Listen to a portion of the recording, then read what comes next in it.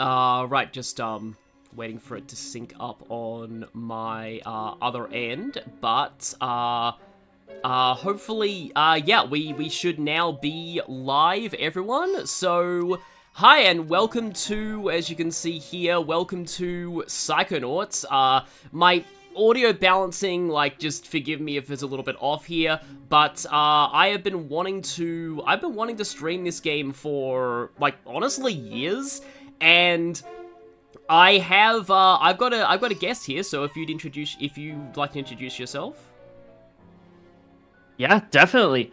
So, I'm John. I run the YouTube channel Thought Bubble. I do psychology of videos and videos about, analyzing games. Some of the games I talk about a lot are Psychonauts, Persona, Metaphor, stuff like that. So I'm stoked to be able to be on the stream. Yeah, great. Thank you for being here. I've been a fan of your content for a really long time. Like I love your psychology of not just like Psychonauts but also Persona. I think it was your Maruki videos that were the ones that actually got me to find your channel. But I love a lot of your and in particular I recently also if you end up doing any more Expedition 33 without spoiling anything, there are some characters in that game that have some would have some very interesting psychology to dive into. I want to do more of Expedition 33. I've only done one character so far, but there's so much to dive into that it's very much any character that you dive into is just going to be a massive massive undertaking because it's so well written. Yeah. All right. So also Cyberspace, Psychonauts, one of your favorite games of all time. That's very good taste there. So, I'm going to be jumping into this to start a new game, and we're probably going to go quiet for a little bit because the opening cutscene is incredible. So, enjoy! The human mind. 600 miles of synaptic fiber, 5.5 ounces of cranial fluid, 1,500 grams of complex neural matter, a 3-pound pile of dreams. But I'll tell you what it really is. It is the ultimate battlefield, and the ultimate weapon. The wars of this modern age, the psychic age, are all fought somewhere between these damp, curvaceous undulations. From this day forward, you are all psychic soldiers, paranormal paratroopers, mental marines who are about to ship out on the adventure of their lives. This is our beachhead, and this is your landing craft. You shall engage the enemy in his own mentality. You shall chase his dreams. You shall fight his demons. You shall live his nightmares. And those of you who fight well, you will find yourselves on the path to becoming international secret agents. In other words, Psychonauts! The rest of you will die!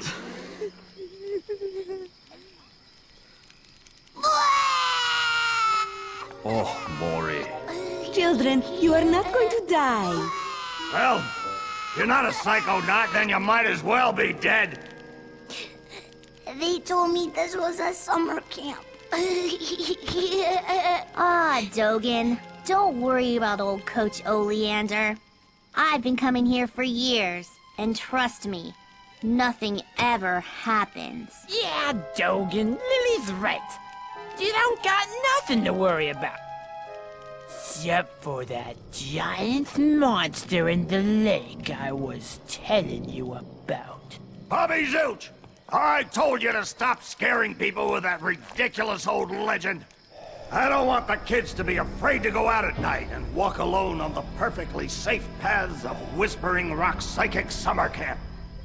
And we don't want to scare our special guests, superstar psychonauts Sasha 9 and Mia Vodello. Whoa! Light monster! Formation.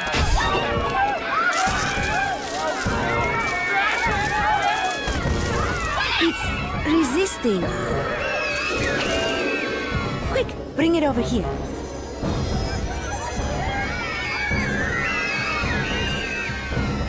What is it? It's just a little boy. What's your name, darling? I'll find out. Kid, get in! Ugh. My name Starts with a D. is Rasputin. But everybody calls me Raz. Please don't kill us, lake monster! Compelling. Armored like a tank. Sorry I'm late. I don't want to disrupt your briefing, Agent Oleander. Agents 9, Vodello, please, continue. Where do you think you're going? You've broken into a highly classified remote government training facility. I know. Isn't it great? Listen, why don't I just sit over here quietly with my fellow Psychonauts? Hey, how's it going? I like your hat.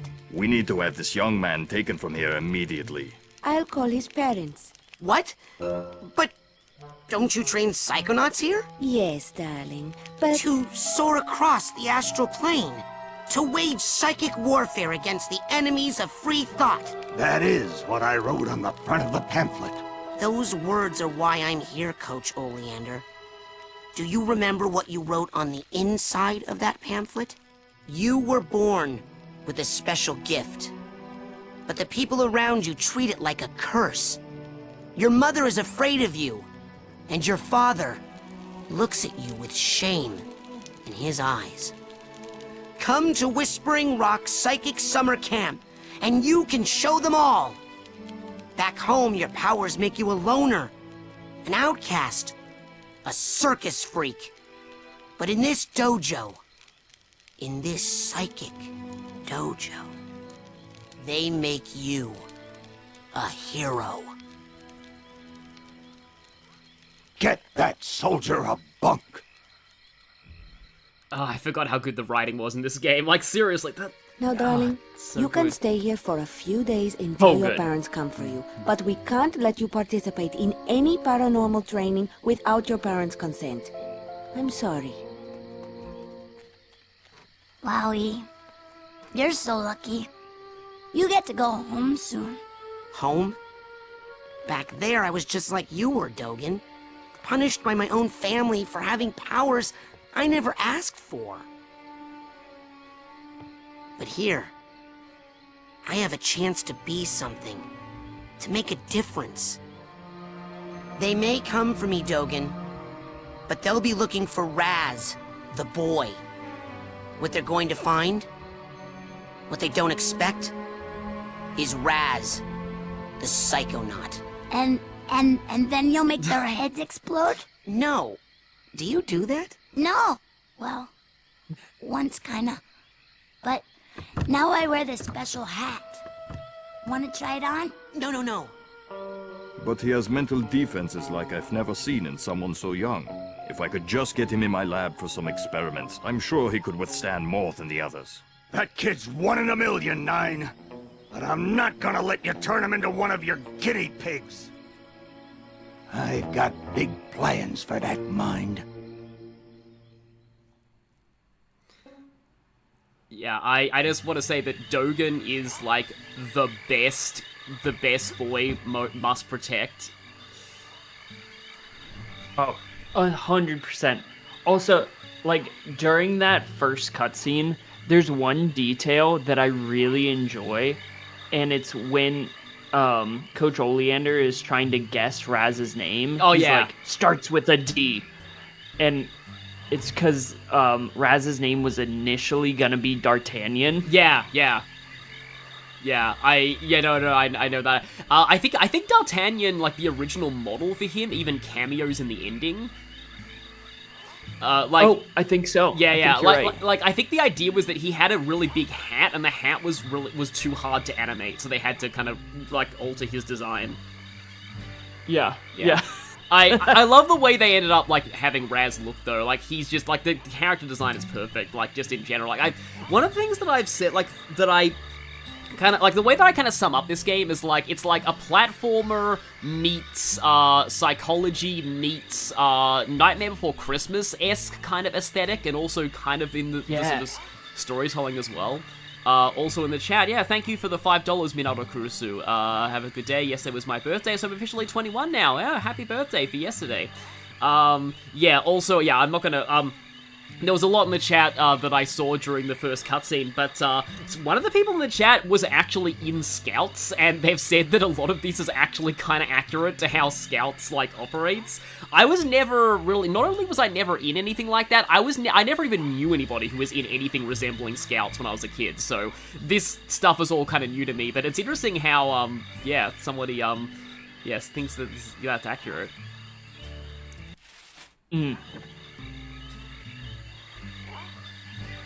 Raz. Yeah. Raz in the bunk. Yeah. I also kind of miss, like, diegetic, file select screens like this. Big day tomorrow. I want to see each and every one of you runts in my classroom at 0600 hours on the dot. I'm the early bird, and you're the worms. Got it? Now, lights out. So who voices Oleander? Because I know that Raz has the same VA as, like, in Invader Zim and Chaos and Skylanders and a lot of other things, but I'm not sure who voices Oleander. Okay, quick eye exam before we start. Off the top of my head, Look over that way. I'm not sure. No, Let's that see. way. Wow, what's that? Oh, that's a side challenge marker.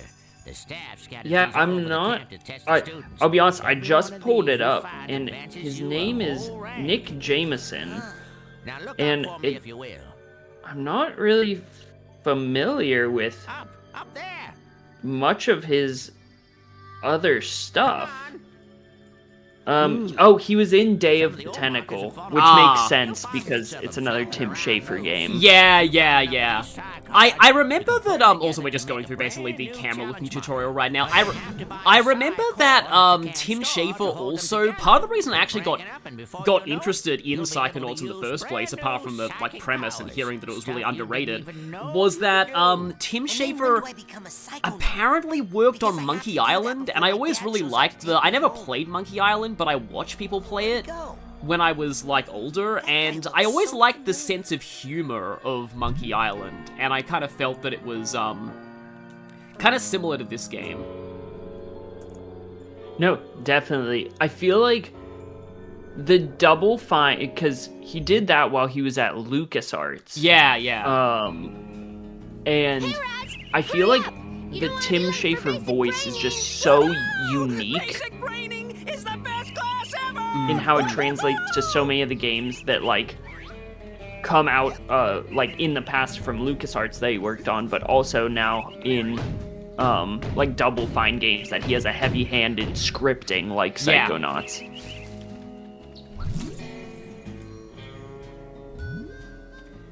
So yeah, we can, which button is Y on this controller? It's that one, okay, yeah.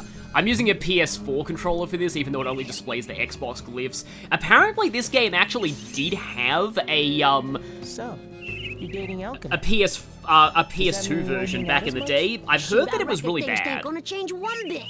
Doggone it, partner. No Yeah, woman's never gonna... I've also heard that. You're gonna And make my to friend late for the class. PS4 version Come on, that they Jane. eventually ported was not on. something special either. I had so many glitches when I first played this game in, like, 2020 when I played it on PS4. Like, specifically with the shaders. They were always broken no matter how many times I, like, installed it, uninstalled, and reinstalled it. Yeah, this one is like, so yeah, forgive me if there's any jankiness in this. This is kind of a weird, port of it. Like, this early PC port is like, this is like one of the first games I ever bought on Steam. I played this back in early 2010s, I think. Sentient being in the galaxy, Polarisma Australis. Oh yeah, and we've got this. So, like, there's a lot of voice acting in this game, obviously, and all the kids have great personalities, and, like, you can kind of talk to a lot of them throughout the entire game, and they all, like, have a lot of different dialogue, and all of them have their own subplots as well. There are even achievements for actually, like listening to all of the kids, like, certain subplots of the kids. You know that cabin is empty, right? Duh. I'm practicing for tonight, when it's gonna be full of ladies. That kind of thing takes practice. Excuse me, but my parents let me watch R-rated movies, so I think I know a little bit more about this than you do, okay? We all knew one of these kids. Like, everyone knew one of these kids. It was like, oh yeah, my parents let me watch R-rated movies. The best, because that's what I was thinking. Absolutely. The Whispering Rockers. That's my band name idea. Why aren't you guys in Coach Oleander's class? Are you kidding? A kid got Oh killed yeah, in no, I class remember. last Yeah, week. so Mad Ass in the It was a chat. bunch of kids, Phoebe. Everyone, I heard it was a bunch of blind all kids, the and the kids coach threw them off had a like cliff. official social media because they were profiles late made for by class. Double Fine that you You've could got like her, read back kid. in the day. I think they were No, MySpace we're though, very so like that didn't age well. As in, I can't even believe we're friends. It's so bad. Look deeply into your heart, Phoebe. And I think you'll find that even you believe the Levitators is pretty much the dopest name a band could ever have. I didn't realize that they all had MySpace pages. Yeah, That's fascinating. Yeah. I wonder if they did like the top friends thing. Because everyone on MySpace had top friends back in the day or whatever they called it. Yeah, I think they sort of did, because I know also some people in the chat are mentioning that the Peeping Tom guy has the same VA voice actor as Tails. That's insanely cursed. Yeah, there's actually a lot of pretty like prolific VAs in this game. Like just again, not just like Tim Schafer, like comic people who work with him, but also just some other. I think Lily has a fairly high profile voice actress as well. Like a lot of the people do.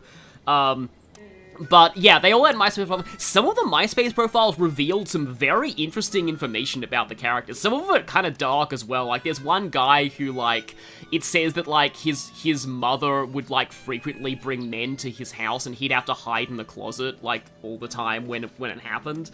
Like, some of them have some actual trauma. Yeah, this game, well, both of them, really, but, like, this game in particular, if you dig into the stuff that's mentioned in the game, but especially stuff that's, like, external media and external content to this game. Yeah. Like, the world of Psychonauts is... I like the level of kind of... for lack of a better term, grimy reality there is to this quirky-looking game and world. Yeah. Because, like, on the outset, it's just, like, this fun, you know, like, this fun Tim Burton-y adventure. But there's a level of reality to it that underscores all of it, I think is what makes it such a classic. Yeah, that is the perfect way to sum it up, I find. Like, it's one of those, it's the classic example of, like, very cartoonish world, but it also is very grounded in all of the right ways. You, new boy. Seen bear lurking in woods? Nope. Positive. Giant, hairless bear? Nope. In Russia, bears much smaller. Also more hair. Less lurking. Always eager to wrestle. This one, hide and run. I'll let you know if I see anything. Cannot lurk forever, bear. I kind of remember that line because back in the day I played a demo of this, which only covered this area and the first, like, world we're gonna go into. So I was actually walking around and exploring and talking to all the people, like, a lot in just this demo. I'd often try and just get, I was about to say get my money's worth out of every demo, but, like, you know, free. They're free, but, like, I'd still want to get as much content as I wanted to out of them. And I have specifically left, I'm pretty sure the Campster pages are archived on the Psychonauts wikis, Nocturnal Decay. So yeah, I'd recommend reading them. But I specifically... Yeah, that guy's like young Zangief, basically. I specifically saved this until last because, again, best boy Dogen. I'm telling you for the last time, no.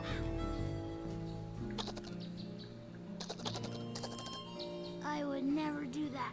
I could never kill everyone. Oh, hi, Raz. Squirrel trouble? They're liars is all. Whatever they tell you, it's a lie. I'll take your word for it. You going to class? Yeah, I'll meet you up there. As soon as I get these guys to shut up.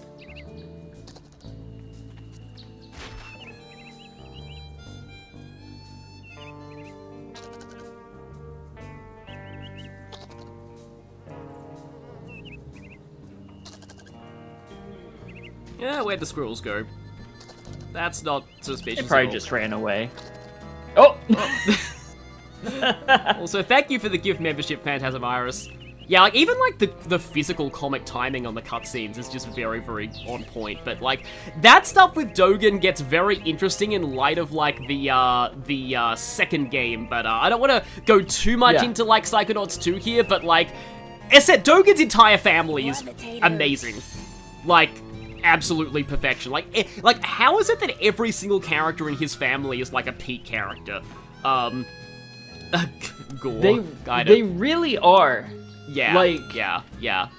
My favorite writing in the game tends to stem from Dogen, whether it's this game or the second game. Yeah. Obviously, there's impeccable writing throughout, but like Dogen and company. Yeah. So good. Yeah. Just a quick clarification to people in the chat. Dogen did not intend to explode those squirrels. It's a thing that he has. You'll learn about it if you look into his like profiles and stuff. It's basically that's why he wears the hat. He has certain psychic powers that he can't control when he gets like angry or stressed, and it kind of runs in the family. But again, they go into that in more detail in like the second game as well. The rest of camp is off limits until you have a basic braining merit badge. Now get! There's also a reason, like, that whole squirrels, like, what the squirrels was, like, implied to be saying to him, that all makes sense way later in the game, but I can't talk about that here, because spoilers.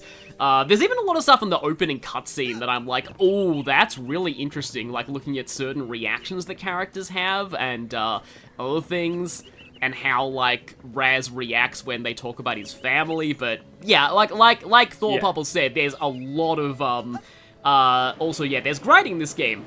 Why is it that, like, every good platformer has to have a grinding system? Like, Sly, Sonic, and now this game. But yeah, there's like, yeah, like, play this game to find out. There's, like, as he said, like, the realism of this is very, very interesting. So... Where you going, Maloof? Shh, I snuck out. That class is a death trap for crazy people. Listen, the coach is strong. At the start of class, he pulls you into his mind, and then there's nothing you can do about it. But once you're in, you can use these smelling salts to sneak out. Take mine. I don't need them anymore. I'm calling my parents to come get me before I get hurt.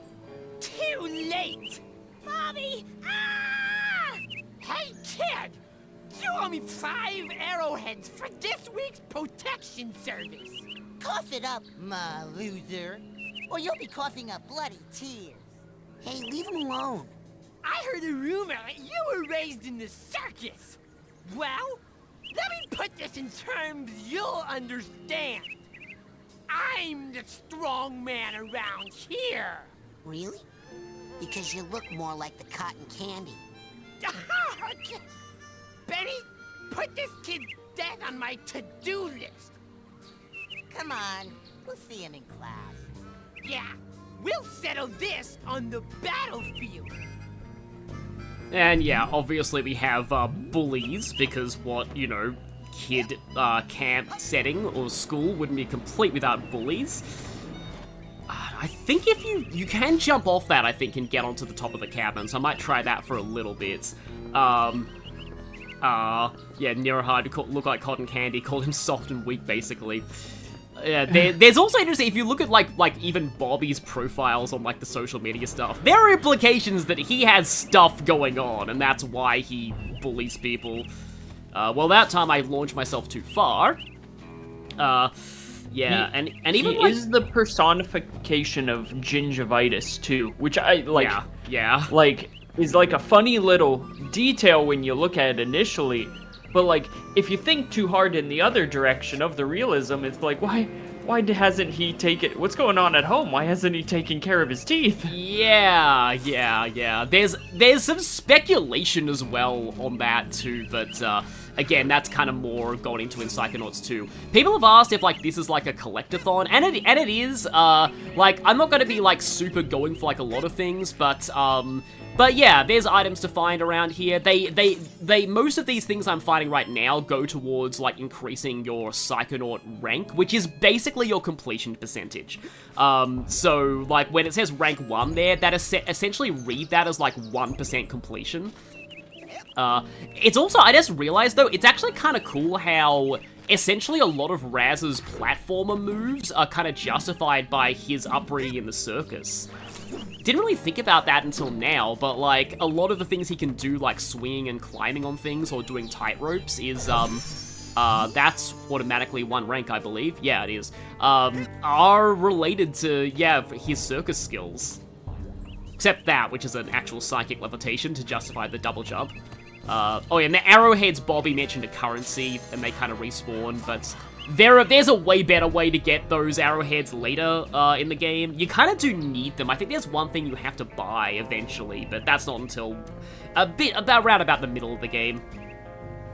Also, Quanko, back to with your 3DS. Yeah, anyway, I think now's about time to head into here. I think the game does, like, autosave. I'm gonna do, like, a manual, again, it's, still getting used to my controller, but, like, yeah, I'm gonna do a manual save here just to make sure. There we go. Yeah, I'm pretty sure it does autosave, but, like, I'm a paranoid saver. Yeah, no, yeah. Okay, so I think we're gonna just stop messing around this area and go into basic braining now. Coach Oleander, I'm reporting for basic braining. Son, do you realize that to take my course, I will have to pull you into my mind, and you will have to relive every bullet-scarred memory of every battle I have ever faced. It won't be pretty. Are you sure you wouldn't rather run around a bit more in the sunshine first? Yeah, I do like that they do give you an opportunity to be like, if you want to familiarize yourself with the controls a bit more, you can still, you know, play around in this area. But I think we're ready now. I'm ready, sir. Well then. You're late, soldier. Now get in here and give me 20. I love how there's, like, this leitmotif always plays when you enter anyone's mind, but there's slight variations of it every time. Something that you kind of catch when you've been playing this game a lot. I also like how different people have different side portals. Yeah. The mental world. Like, his is all camouflaged, and other people have, like... It looks like a dentist office. Or stained glass window stuff. Mental dentist office. It's a recruiting office, kids, and I'm here to recruit you for the greatest job in the world, being a Psychonaut. It's about fighting a war for mental freedom. Are you ready to face torture, insanity, and death? Because this is your last chance to chicken out. Oh, me, sir. I'd like to chicken out, please. Too late, soldier. But you said... There's only one way out of here. Fighting. I want one of you chickens to sock me square in the jaw. I warn you, once you do, the war is on. Okay, this is the tutorial for the punching thing. Someone in the chat mentioned that Lily does actually have, like, unique dialogue, in, like, that. There's a lot of dialogue in this game, like, seriously, the VA's recorded so much. Like, for example, if you just wait here, you'll get a lot more of him talking to you. Ah, that's what I'm talking about. Let's go, go, go! And yeah, this is just like this propaganda. This just shows just how cool this like the mental thing is. Like, you can just punch down a door in this room and suddenly you're inside this like battlefield. Like, it's just everything's all just very just like the surrealism of it. And is this? Oh yeah, that's. What kind of obstacle course is this? That kid just got killed. A mental obstacle course, you bleeding heart. He's not dead. His astral projection just got kicked out of my mind. And I'll kick your astral projection out of here too if you don't get moving right now. So that's your explanation of how extra lives work in this game. So basically, lives are justified as, like, they're layers of your astral projection, and when you quote-unquote die in this game, it's just your astral projection getting ejected from that person's mind, which is cool, but it also doesn't explain why you have that same system of lives in reality as well. Oh, pish posh. That maybe it's an Inception kind of deal. Yeah. In Psychonauts. Yeah. In the future, we'll discover all of it's a dream. Yeah. New psychic powers. So whenever you see a figment, suck it up, soldier. Come on, get that figment. Be a figgy piggy. Who's Coach's little piggy? Don't know why, but I used to quote that all the time. Be a figgy piggy. So yeah, welcome to one of the reasons why this game is insane to 100%, because this is like kind of like your coins in like Mario or something, but they all like actual like individual pictures that represent things from this person's mind. These are 2D objects that are translucent. They are very hard to see a lot of the time, and I have actually got all of them at least once in my life, and it is insane pain. Not to mention, some of these are ridiculously well hidden. I'm actually super surprised that the second game didn't like, oh yeah, also, by the way, always check these. Always check down these like little things for extra figments. Also, another one of the collectibles here. What are you staring at? We all have emotional baggage, kid. Why don't you make yourself useful? Sort some of it out while you're in here. Keep your eyes peeled for a tag that matches. Could be anywhere. But yeah, so that's another collectible, emotional baggage, and you need to find the baggage tags for them to sort out the emotional baggage. I need to scheme a trunk tag for this guy. Oh yeah, and get used to Raz saying that, because you're going to be hearing that a lot. Some of them, the tags aren't for a while, of course. In this case, the tag's just right here. There it is. Now, you will pick up that tag and you will put it on that bag you just found. Unless you'd rather just drop and give me 20 right now. This guy's great. Also, I love He's giving you emotional baggage. Yep. if you don't sort out his. Yep. But the fact that this guy even has emotional baggage to begin with is just kind of, it makes you think. You hit that ladder hard, son. Yeah. Show it who's boss. Okay, now is this, I think, coming up as one of my favorite Oleander lines in the whole game. Like, it's one that I quoted so much when I first played this. It's also, like, one of the things that I really like about this, and yes, like see... molasses going uphill in January with crutches. Not that one, it's a different one, but, like, yeah, always check down these pits for more of the figments and tags. And, oh yeah, see, there's one over there, yeah. People in the chat are already talking about their figment trauma. There are some that are, like, insanely well hidden. They are a little easy to find. I'm surprised Psychonauts 2 didn't completely overhaul the entire figment mechanic, honestly. But, it is a little overall clearer there, I find. My bowels move more Yeah, than you do. I would agree.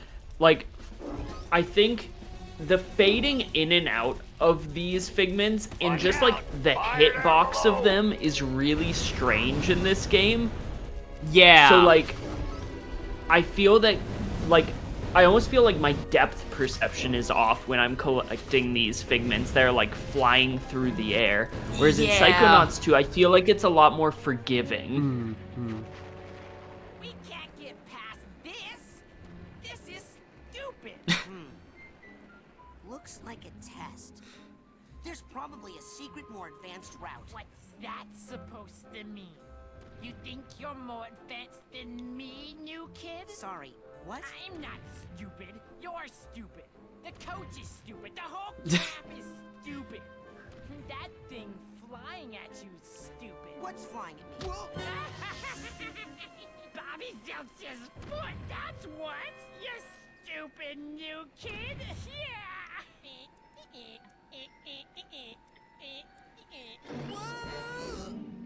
Oh. Thanks for saving me. Well, actually, I was saving this plant. Never seen one so meaty before. I have. It's been appearing in this creepy nightmare I keep having. You're having nightmares? Oh, I've been reading about how to fix those. Will you let me see one? No.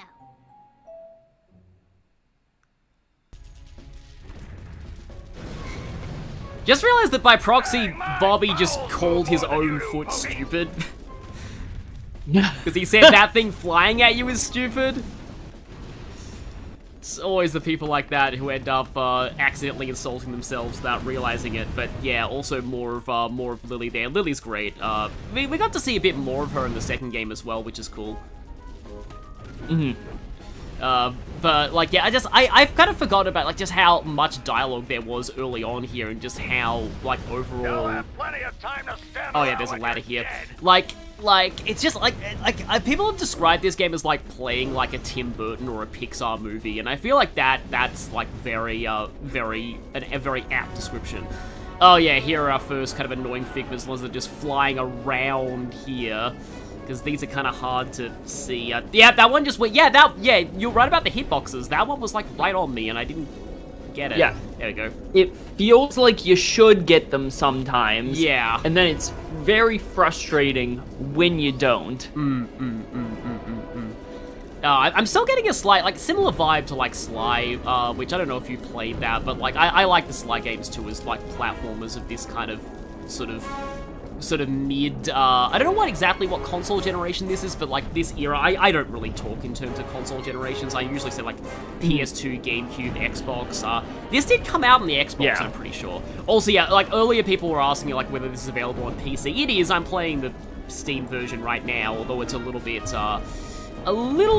as I've mentioned, it's kind of jank at times, but it's still a good way to play this. And then Psychonauts 2 is, I actually played that on PS4. That's fine on PS4, but the only reason that game even came out on PS4 is because they promised it as a Kickstarter goal, because like Microsoft Studios came in and saved the whole project, but because they'd already promised a PS4 version, that it resulted in the oddity of you opening up a PS4 game and being greeted with like Xbox Game Studios.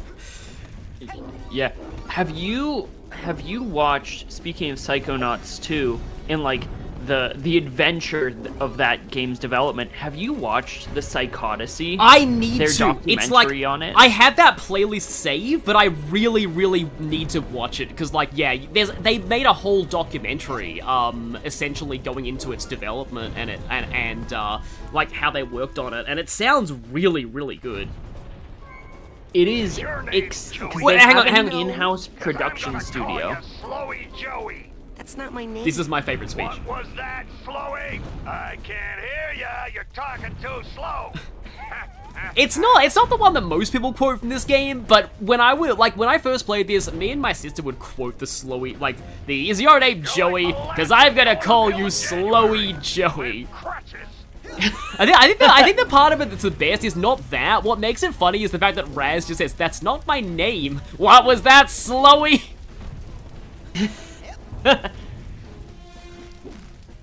Also, yeah, we got these ones that fly around in this area. It takes a while to, like, I'm probably not going to get all the figments on stream, but like I remember being sort of just stalling in this area for a while getting these floating ones, because it's kind of a while before you can yeah, sometimes. Is that the only one here? I feel like there was another one.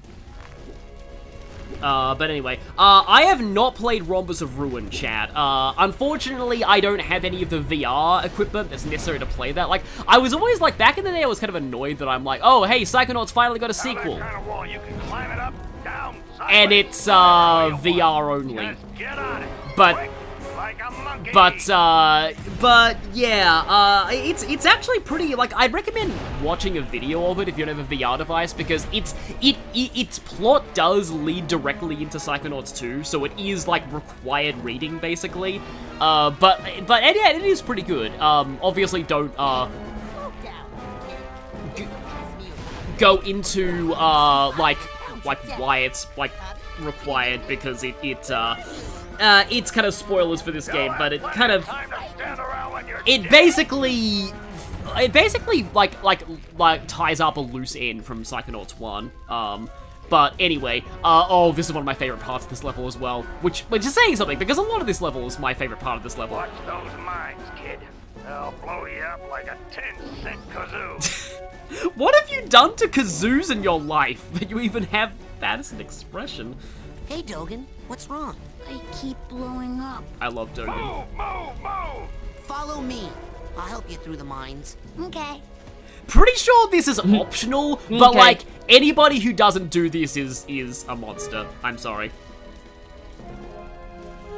Yeah, it is like you could just blaze through it, because I did it once just to see if you could. And you can, like, it is fully optional, but like, you gotta help Dogen. Come on now. You've gotta help the poor boy out. He's gone through enough. Yeah, I love his okay. Okay.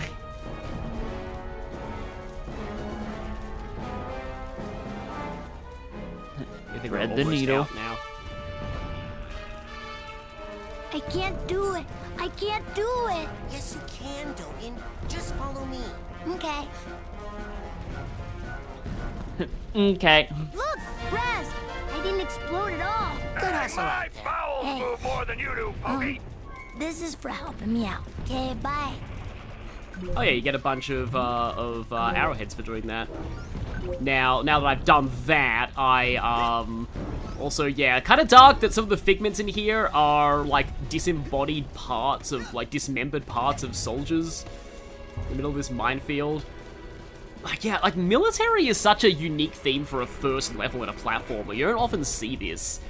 I've sort of been thinking about this, and, like, this does remind me of, in terms of, like, the vibe and the music, it reminds me a lot of the Army Men segments in Toy Story.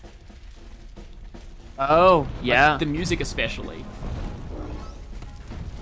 I think basic braining is such a genius, like, concept to start a game, because it's, because most of the time, like, when you think of tutorial level, you think of, like, Green Hill Zone, like, these serene, kind of green, slow start. Literally being thrown into, it kind of reminds me of the bomber mission in Final Fantasy VII as a tutorial, in a weird roundabout way. My whole life is flashing before my eyes. Oh yeah, I haven't really played 7. My dog, lady. Oh, also, so this right here, you can listen to this story, it goes on for a while. I forget how long exactly this takes, because this guy's whole thing is that he tells boring stories, and there are achievements, for listening to all of them. They recorded a lot of dialogue for this guy. And then lady had to go to the bathroom. And some of his dialogue will loop for so long that they came up with a system that randomizes the dialogue order, so he won't tell the same story every time, I'm pretty sure. Yeah, I'm pretty sure this is random now, yeah. And had to reset my own arm back in the socket. Okay. And then we turned a soft right. And then we got lost for a while. And then we just stood still for a while. And then we walked 2 miles. Vernon is the goat, yeah. We saw a gopher. And then we got attacked by bees. And then we took a side road.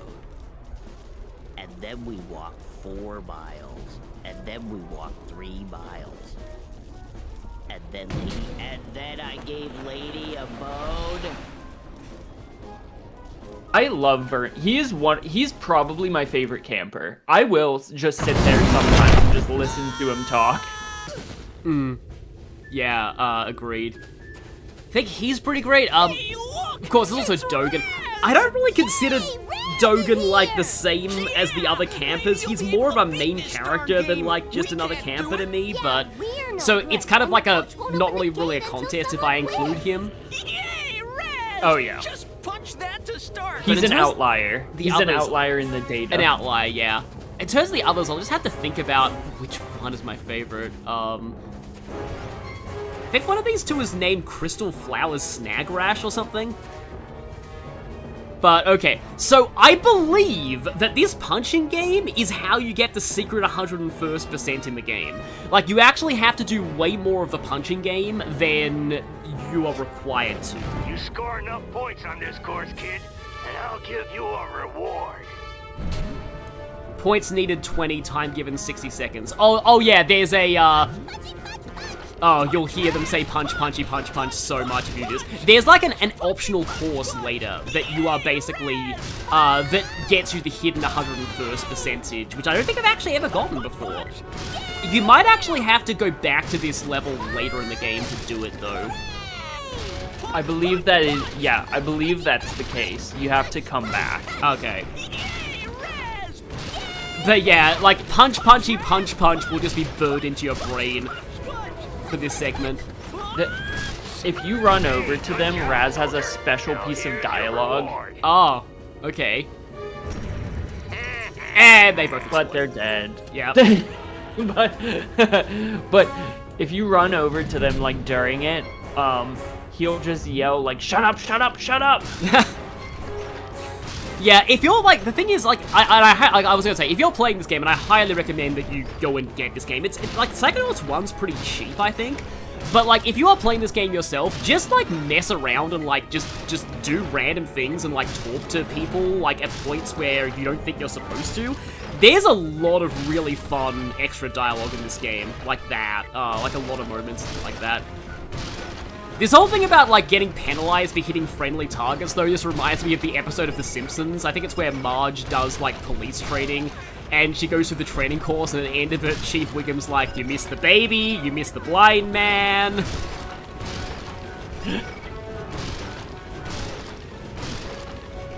I just need 2 more, I think it's 30 that you need? Yeah, they go pretty fast. You might actually be able to do more of these courses now, actually. Yeah, jump and punch to play again for prizes. 30, time given 60 seconds. So yeah, if there's anything you want to say while I'm doing some of these, go ahead. I would look at the chat, but I never tried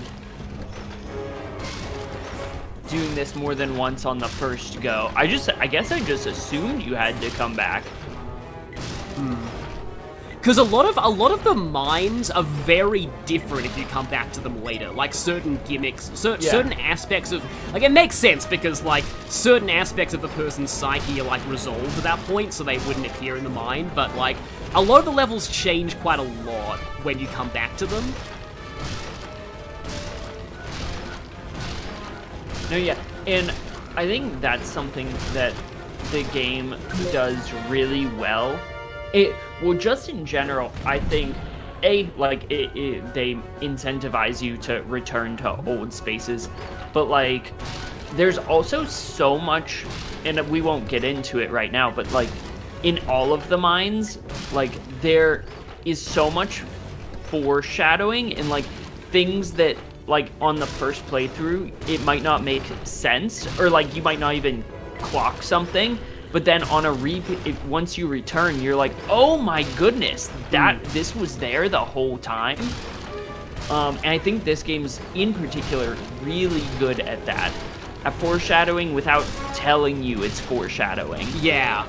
We've already seen one of them. I won't say what it is, but if you played this game before, you probably know. But yeah, we've already seen one of them in this mine. So in this course, you get penalized not just for hitting a baby, but for missing targets as well. You lose 1 point for every missed target. Ah, no, that's 2 points. Hey! Hey! Is there, like, even more to this? There is, 60 seconds. How many of these are there? Again, like, I know there's, like, a hidden 101% for actually doing all of these. It's also very easy to get into a loop of missing them. If you, like, the moment you miss one, you're generally liable to start missing a lot of them in a row.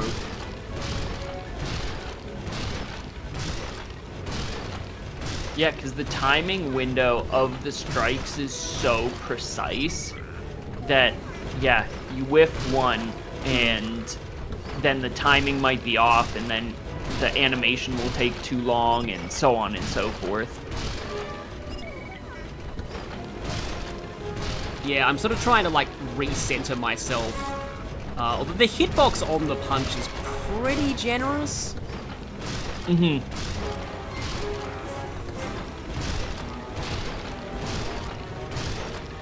Oh, come on. Oh, nice. There we go. That was yes, like right there. On there, yeah. Please tell me there's more, isn't there? 50 and... oh yeah, I think like there's like less like it looks like the field changed, so I could be wrong about that. I think they moved the outer ones closer just to make it easier to like hit these in the timer, because the timing gets a lot more tight. Someone in the chat's probably already said how many of these there are if they've played this game before, but yeah, like, I remember the achievement that you get for actually getting the 101st rank is just called Math is Hard. Yeah. Someone in chat, Tal in chat said, honestly, this entire game series can be summed up with the phrase, y'all need therapy. And you know what? True. But isn't that just life? Yeah. I feel everyone could use a little bit of therapy.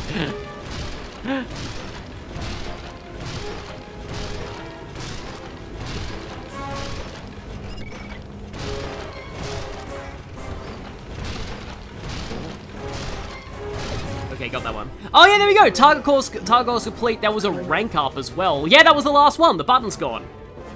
Heck yeah. So yeah, that was like that was crushed through that. Yeah. That was like the thing you need to like. That was the one thing I didn't do in my first playthrough. You get 100%. Like, there is a secret like ending movie for getting 100%. You can get that without doing this. So yeah, this is like the secret thing. Also, yeah, you've mentioned this already in your videos on this game, but like, I like how so much of this world is designed after like old like World War II like propaganda movies as well. Mm-hmm. But this right here, it feels. Yeah. Oh, go for it. So, sorry, you finish what you were saying.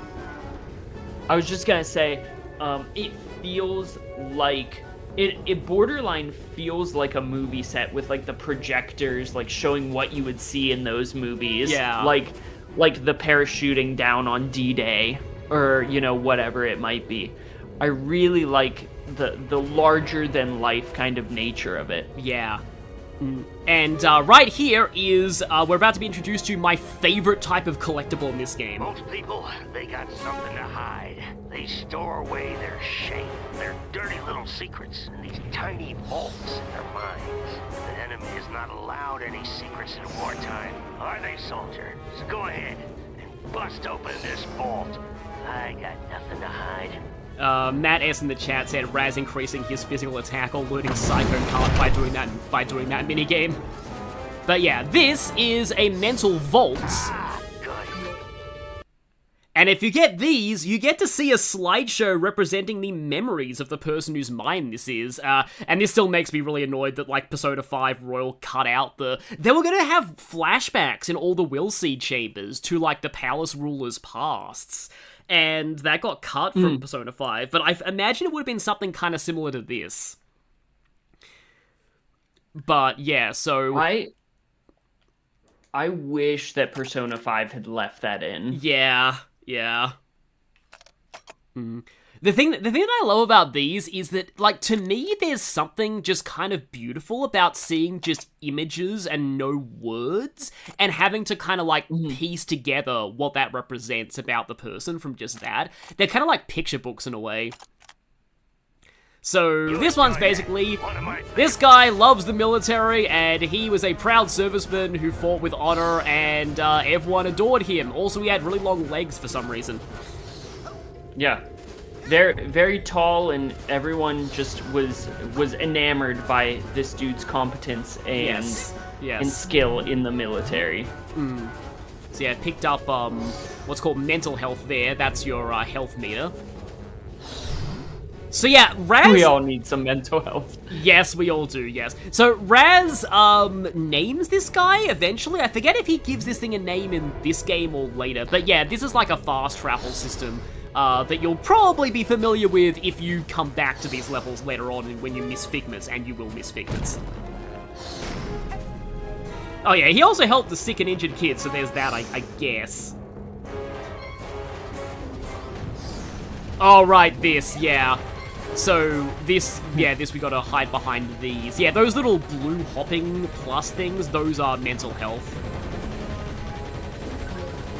But yeah, the more of these we, like when we hit these down, the next one pops up, we can run over there. Sorting out that emotional baggage. Yep. They're usually not this close to their tags. This is like, this level takes it easy on you. Jared Punch says, have I told everyone Futaba's one of my favorite Persona characters ever? Yeah, I like Futaba a lot. I like the fact that her palace is very, like, it's probably the most, like, Psychonauts of any of them, because it's all about, like, her own, like, mental struggles. Yeah, I would say Futaba's palace is probably easily top 3 in Royal. Yeah, I have some kind of hot takes. Like, gameplay-wise, Futaba's is actually my least favorite. And it doesn't help that. Yeah, and I hope that, and it doesn't help that her arc also is the, like, they give you way too long of a deadline for that. I mean, something I knew well, because at the moment I'm currently playing Metaphor on the channel, and I'm right in that insanely long 30-day deadline at the very end of Metaphor. So it's kind of similar, but they give you way too much time for Futaba's palace, I feel. But, like, the actual theming of it, like, to her, I quite like. I think my overall, well, I mean, the last palace in Royal is kind of it's kind of hard not for that one to be your favorite. I actually like Memento's Depths more than most people do, though. I actually quite like the theming of Memento's Depths. Props to you on that. I am personally not the most keen on it, but I respect the opinion. Yeah. Because I do see it. It's just not personally my thing. Yeah, that makes Thematically, sense. It's really cool. Yeah, no, I do agree. Thematically, it's cool. Like, my biggest hot take is that, like, Saya's Palace is actually my least favorite, not in terms of the story that goes on there, but in terms of, so, let me explain this. You don't spend a lot of time in the actual casino. You spend most of it in, like, most of the actual dungeon part of the dungeon. The casino part is just, like, minigames. The actual dungeon part and fighting enemies and exploring is all spent in, like, the backstage areas that are all just very bland looking. Oh, these slides. Oh, yeah, I hate these slides with figments, because if you miss a figment here, I guess that's what the warp system is for, but yeah. Missing a figment on these slides sucks. But anyway, yeah, that's my P5 hot take. Like, I like, obviously, the story of Saya's palace is good, and Saya as a character is great. It's just, like, her palace is maybe my least favorite in terms of, like, overall design. And I used to dislike, Shido's palace, but I've liked it a lot more lately. That's one that's kind of grown on me as I played the game more. One that I just really dislike, and maybe it's because I've done it too much, but I really despise Kamoshida's palace. Oh, yeah. I really... I think it might just be overexposure to it. Yeah, fair. But anytime I'm there, I am like, I just need to get out of here. Like, as soon as humanly possible. Yeah. So that I can start enjoying the game again. True. So yeah, I like how there's a little spark on these flamethrowers before they start going off. Like, that's a good indicator of when you need to avoid them. Also, the controls on the poles are really smooth. I like how there's a dedicated button for just changing your direction on the pole. It's just, like, this is actually a very well-designed platformer, and the figments are annoying to collect, but still. In addition to its incredible characters and, like, story, I just, this is why I'm like... Anyway, mental cobwebs, we can't do anything with these yet. This is why you need to return to these levels, because we lack the necessary equipment to deal with the mental cobwebs. We need to buy that from the shop. That's what the arrowheads are for. And even though right now they're optional, clearing those up is required later in the game. So you do eventually need to buy that. It's kind of one of those things where, like, I kind of like to get it early to, like, kind of make things easier on myself, but it's not absolutely necessary until, like, about halfway into the game. But it also increases your rank to clear out mental cobwebs. So, yeah. There are, like, a lot of benefits to getting that early as well. Because you do actually get more, like, powers and stuff as your rank increases. So, and some of them are required, but, like, most of them are, like, kind of optional upgrades. I do prefer the upgrades in Psychonauts 2, though. I really like the way Psychonauts 2 does its upgrade system with, like, the rank system. Like, because you get, like, upgrades on each of the individual, like, psychic powers. They all have different, like, levels to them. So, yeah, in general, like, that's great. Just, like, looking at the, I muscle memoried myself into thinking that I could hover. That's later. You don't unlock that until a little bit later in the game. As you can see, the trapeze is very difficult. I do like that this game gives you relative freedom to get things ahead of time if you want them. Like, Yeah, true. after the tutorial. Like if you know kind of where you're going on a repeat playthrough and you know what you need, like, you can work ahead pretty effectively. And I like that this game gives you that kind of, like, long leash. Yes. Initially, if you want to, or you can just stick to the path and you're fine too. Yeah. It's always nice when you have, like, multiple different ways to play games. So, important note here. There's a mental cobweb, and there is a vault behind it. You cannot get this vault on your first visit to Oleander's mind. But remember that for later, because every mind has 2 vaults in it. And this is one of the first ones, in fact, it's one of the only ones, actually, where you can't get both vaults on your first visit. So just remember that that's there for now. Also, I'm hearing the crying of baggage, so I need to go ahead and sort that out. I believe it's on top of one of these. I think I saw the little bag on one of these, because I can hear the sobbing. Also, I believe that means, like, mind over... Because it took me, like, quite a while to realize that Uber alles means, overall. Like, above all others. Because there's a reference to that in, The thing is, I used to think that it meant something to do with cars, because there was a reference to that in,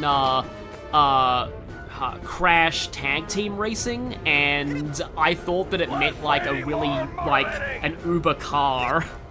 Because that was my first exposure to that. But yeah, if you know where that comes from in actual, like, real life, though, it kind of implies some things, but yeah, that's, again, foreshadowing. For stuff that, will happen later. That is not pliable. Okay. Yeah, subtext is... Yes. Subtext is fun. Yes, exactly. And then we'll leave it there. We'll leave it there, yeah. Yeah. There's also a cobweb that's down there. I forget how you get that. It's one of these flying figments.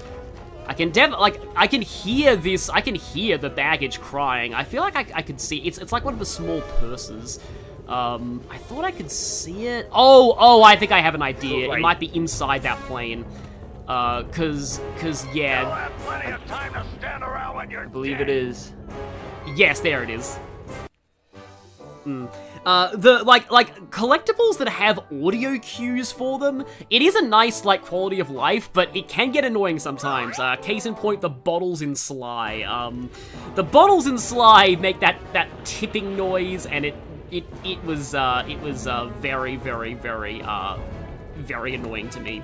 As a kid, I was haunted by that sound. But yeah, in this game, you will be haunted by the crying of emotional baggage. Well, mostly because of the actual character's emotional baggage and trauma, but also because of the literal emotional baggage that you need to pick up.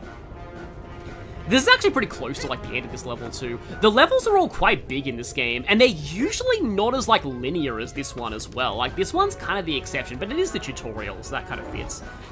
Oh yeah, there's that plane that's floating around there. We'll be able to get that later on. By later on, I mean, like, right now. Yes, I cannot stop thinking about bottles. Yeah, another one of those. Yeah. That right there, that's going to be annoying. I'm just going to wait for that to get over here. I think if you actually go into the menu, you can see, like, there's like a checklist of the figments in each mind. Yeah, here we go. Figments, 53 of 79. And it will show you which ones, yeah, if there are question marks that you're missing, that might imply, like, it's kind of, because it doesn't actually tell you, like, which part of the level that you got each one of them in, so it can be hard to tell where you're missing figments. Yeah, like, even if you're using a guide, like, because you probably don't remember which ones you picked up where unless you're running through the level. But you were talking about the clinking of bottles from Sly Cooper earlier. Yeah. The first Sly Cooper is actually the first game I ever 100%ed. Oh, nice. And like doing all like the speed runs and getting all the bottles and like doing all this stuff. I love the Sly series with my whole heart. Oh, wow. Except I haven't played 4. I'm choosing to look at it as a trilogy. Hey, kid. Yeah. I think I see a silver dollar out there in that rail. Why don't you walk out there a bit and pick it up?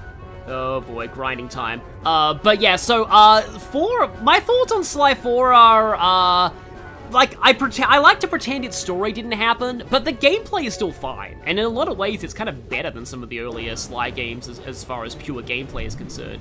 Oh boy, we got rail switching where Sonic Adventure 2 now. Sucker, see it? It's game day, kid. I think I missed one of those. Yeah, like, collectibles on grind rails is always... Yeah, I'm definitely missing these. Collectibles on grind rails is the bane of any platformer, especially Crash Bandicoot 4, if you miss any boxes on grind rails. Now, coming up right here...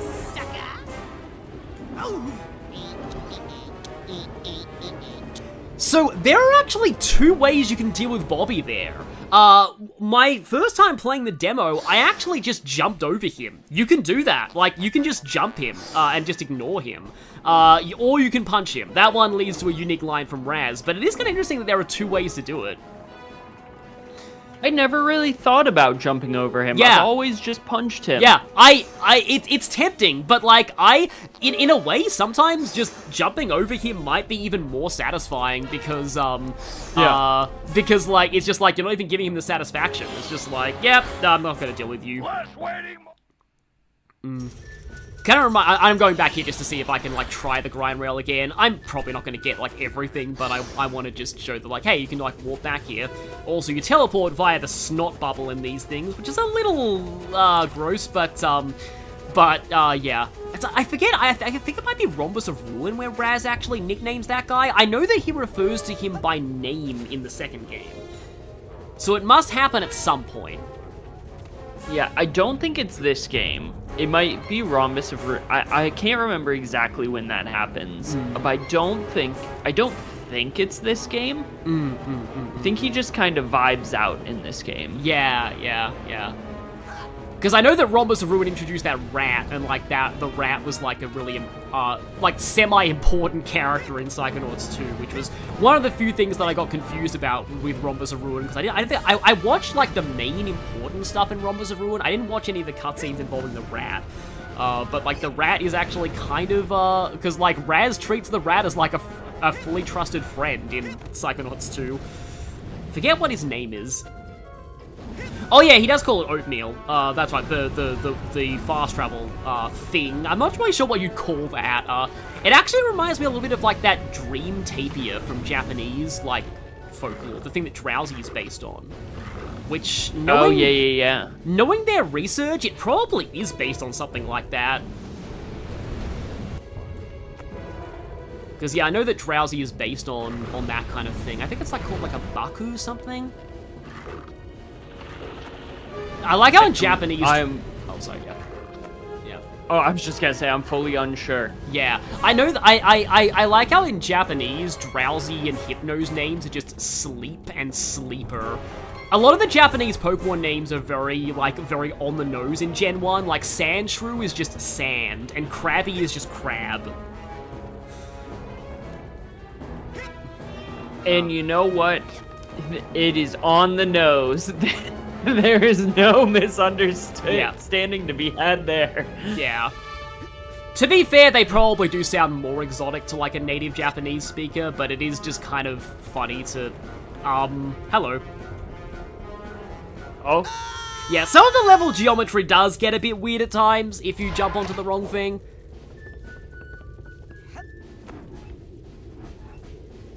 Yeah, Scyther is strike. That one's at least kind of cool. I remember, like, in English they considered naming Gyarados Skullkraken, but that one actually keeps. It's called Gyarados in Japanese as well. Do you say Skullkraken? Yeah. Like, as in, like... That's... Yeah. That's legendary. Yeah. There are a lot of very interesting planned... Oh, there's, yeah, middle one. I missed the middle one there. I feel like probably the best way to deal with this is to just do each rail separately. Like, take one pass for, like, the middle rail, one for the left, and one for the right rail. How did I not get that one? Anyway, I don't think I'm gonna go. Also, hi Bubble T. This game got rail grinding. It feels like every platformer. I don't know if Sonic Adventure 2 was one of the first, but like, it probably was because like Sonic shoes are specifically real shoes designed for actual rail grinding in real life. The old rolling tunnel of crazy logs, Big. I love that line. An old one, but a hard one. What you gotta do is. Who we kidding? You're never gonna make it through that. But yeah, like, it feels like a lot of platformers of the 2000s, just had rail grinding, just because it was, like, kind of the cool thing to do. And a lot of it, oh yeah, the depth perception can get a little bit messed up, but, like, I didn't realize that you could just go underneath those nails, but yeah, I just gotta wait for this to go, so it's not too precariously angled. But yeah, I love the old rolling tunnel of crazy logs bit. Yeah. It's like, I feel like the rail grinding. You know how everyone talks about like early 2000s games and how they had so much water? Oh yeah. I feel like you pointing it out, the rail grinding, is just as synonymous with the early 2000s as water. I almost feel like it's because that's when skateboard culture was crazy popular. Yeah. And so like Tony Hawk was big. Oh, there's like one other Figment that's still in there. I'm like, I'm sorry, but like, I must get Figment.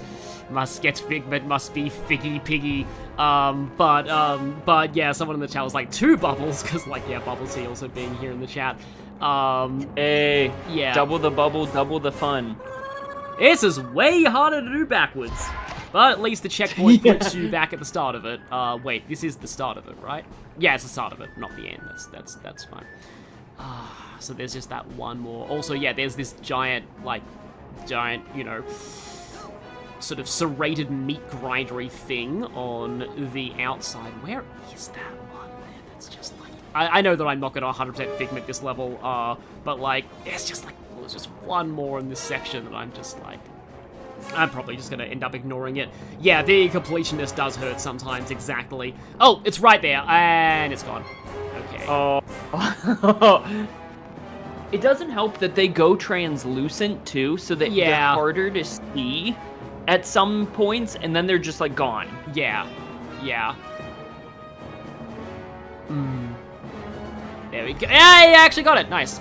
So yeah, like, I also, the music in this game is great. Like I need to look into who did the music for this, because it's all really great.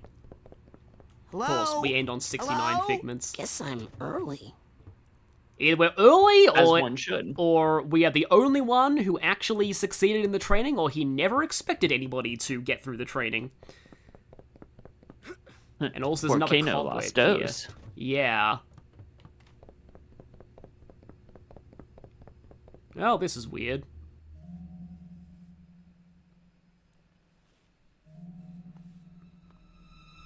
Hold it right there, son. Just what in the Sam Hill do you think you're doing in there? I was just looking for a way out. Oh, sorry about that. Didn't think you'd get to the end so fast. Dang, I didn't think you'd get to the end at all. You surprised me out there, kid. Here, you've earned this. Your first Psychonaut merit badge. Oh, Peter McConnell did it, and he did the Sly game. That makes sense, honestly. Yeah, I noticed that. I'm like, that that explains a did lot. this. The soundtrack is very Sly to me. So, yeah. I'm glad you're such a fan of Sly. I don't meet a lot of Sly fans. But I'm always glad to see a soldier. I love Sly. Like, I have all the, like, the original PS2 games. I love Sly Cooper. I like how his eyes just do that just plugging out thing. But yeah, Sly Cooper's amazing. You're in trouble now. Bobby Zilch ain't happy. You better watch yourself, Gogglelicious. What's that, hair boy? You want a piece of me? Hey, Brainiacs, settle down. Why? You worried I'm gonna hurt your boyfriend? No, because Sasha 9 is standing right behind you. Your performance, young cadet, was outstanding. I'd like you to report to my lab for some advanced training. Ooh, Raz the Spaz is gonna be in a special class. Benny, remind me to give him a special beating later, okay? These tests are unauthorized, though, so I can't actually ask you to come. But if you happen to drop in, well, what could I do? Let me just give you this. Remember, your talent will always set you apart, Rasputin. Sometimes isolation is a good thing. It can lead to important discoveries. Yeah. Wait! I don't even know what your lab is! Is this some kind of test? Sometimes isolation is a good thing. It can lead to important discoveries. And now I'm hearing things. Great. Well, I mean, if you're in a camp of psychics, it makes sense that you, it would make sense that you, would be hearing voices in your head a lot. Oh yeah, so this whole mechanic of, like, showing objects to people, there is so much you can do with this. They put in dialogue for nearly everybody in the game to react to basically everything. It's like the equivalent of showing people, like, evidence in Ace Attorney, like showing evidence to random people in Ace Attorney games. You know where this button is from, Coach? Hey, you stole a button from the geodesic psycho-isolation chamber. No, I didn't. Bobby Zilch gave it to me. Should have known. That kid spends more time in the cooler than in school. Reminds me of myself when I was his age. Well, go put it back. Yes, sir. Hey, Coach, where is the G? Don't you know how to use your map? Right, yes, sorry. That one actually is pretty helpful, although there's also some interesting implications in what he just said there, but I won't cover that at the moment. But yeah, in the, I think the compass icon is the map, so you, use the right stick to navigate. So we're just in this area, and then there's I think that's where we're supposed to go there. So yeah, I do want to see if we can get to the next mental world before, because you usually, it's kind of late for you, so you usually don't, like, stream that long. You can also hear Oleander mumbling in his sleep, if you listen to, there. But, like, I'm probably just gonna, like, there's a lot you can do in the overworld between these two sections of the game. I'm gonna close my eyes, right? And then I'm gonna start to count to 100, okay? And then you guys hide. Everybody got it? It's hide and seek, Vernon, not hide and calculus. We've all got it.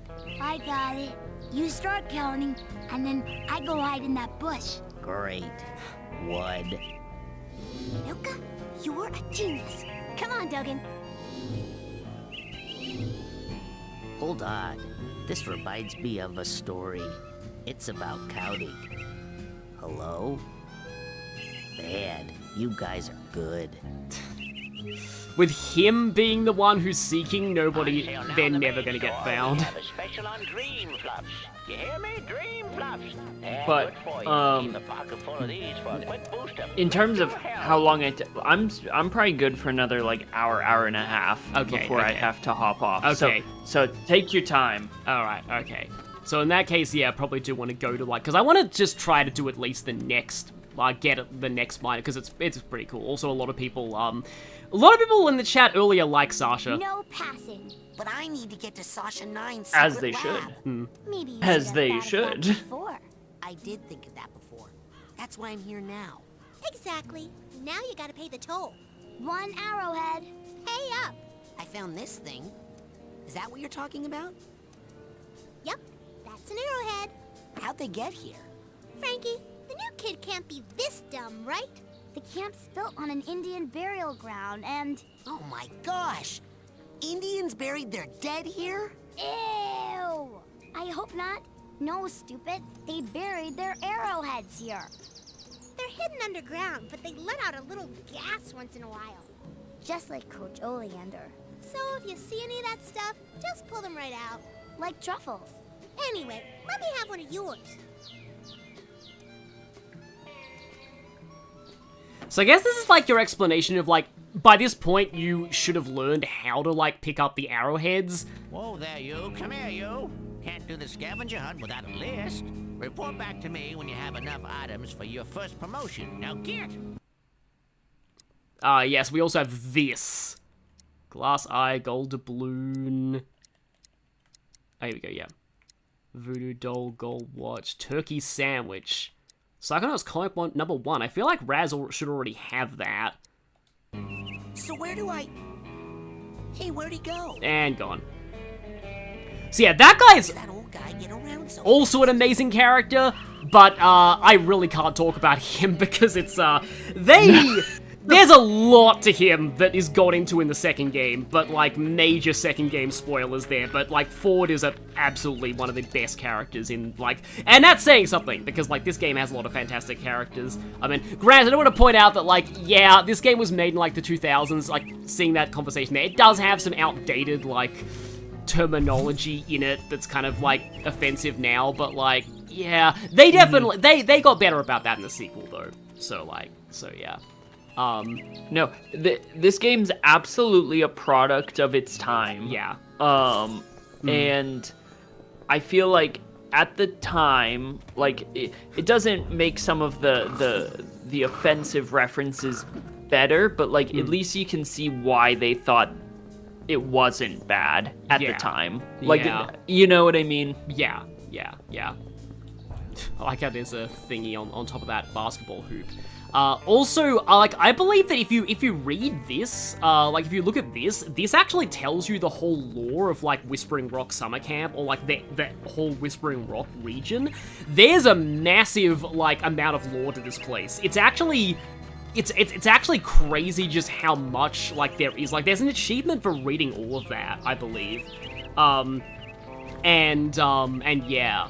Like, another thing as well is that, like, while, like, there are some aspects of this game's, like, portrayals of mental health that might also be a bit, like, dated now, the thing that I find is that it was one of the few, like, platformers or just games of the time to actually even consider mental health at all. And also, like, the fact that all of the characters whose minds you go into are all portrayed as, like, very multifaceted people. And that was actually still quite progressive for its time as well. Like, as far as portrayals of, like, of sort of, like, because, yeah, you will see a lot of very cartoonish depictions of mental illness, but at the same time, the game never, like, demonizes the characters involved, if that makes sense, and it does, like, the characters involved are always portrayed with, like, as you said before, for the cartoony atmosphere, there's a lot of, like, respect and also a lot of, just, like, like, they're very grounded in the way they portray a lot of real sort of issues, even despite the sort of cartoonish, like, facade to things. So for its time, this was actually pretty great. But in the sequel, they did do, like, actually get mental health, like, consultants in, and they did a lot more research into actual psychology. So the sequel has much better portrayals there, but, like, for its time, like, as I said, games at the time were really not doing, they were really not talking about mental health at all. In fact, even in society, it was still very stigmatized. I remember that I didn't even see a therapist myself until 2017, because I was just kind of scared to. I thought that seeing a therapist meant admitting that you were crazy. No, absolutely. This game was so ahead of its time in so many ways that I think you're spot on the money. The fact that there's a dialogue about mental health at all is exceptional for this coming out in the early 2000s. Is everything approached with the most tact in this game? No, but like it also isn't brazenly disrespectful either, in my opinion. In most instances, like there's not intent to harm through this game or like punch down. And I think that core of it is what makes it like uniquely special. Is that did everything age well? No. Is everything DSM accurate? No, but like the intent feels good, like throughout, and there is that underlying truth to kind of a lot of the characters in the world and in the game, which I really respect. Yeah, fully agree. I'm just gonna show this because this is the shop. I told you them burgers ain't ready. No, you didn't. The coals ain't hot. They're not gonna be done for a while. It may be a week. A week? They're back ordered. I'm the only one back here. These things take time. I don't even want a hamburger. Oh, well, why didn't you say so? So, what do you want? Oh, that's my last cobweb duster. Take that into someone's mind with you. You can clean up. They're happy to be rid of the webs, and you can turn them in for Psychonauts. Yeah, so this is where you get the duster, but you need to be ranked 20 and have 800 arrowheads to buy that. But we can also get... change the color of some of your psi powers, like your Oh, I forgot about this. You could actually customize the colors of your stuff. Now here's something every young psi cadet needs. This just attracts arrowheads more, I think. Now that dowsing rod will help you find arrowheads that are buried deep. Yeah, this is where you wanna focus on getting this early. This one essentially pays for itself.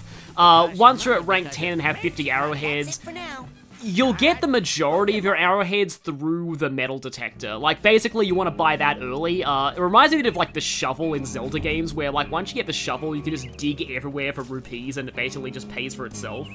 Hey, it's the king of the obstacle course!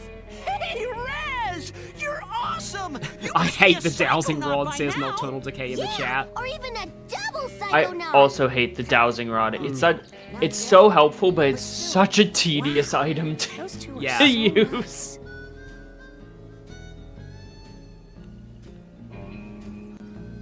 Yeah, so these two have these two are probably some of the darkest campers in the game. Like, their backstories, I remember, are pretty dark in the... I forget exactly what their social media profiles are, but, like, yeah, they're dark. But down here, that leads to the water, and, I think, actually, I kind of want to go there just, because, like, to at least show that. Because the water has an interesting conversation, that's kind of important. Also, like, it's kind of interesting that there's a dowsing rod in this because it's actually a reference to, like, a real paranormal thing that is, like, sometimes done, like dowsing. And also, the dowsing rods are what the item finder in Pokemon is based on. That's why it's called dowsing machine in later things. Now, I want to say there is, they probably this is about the point where they do use another very outdated term here, so just a warning for that. I think that will come up here.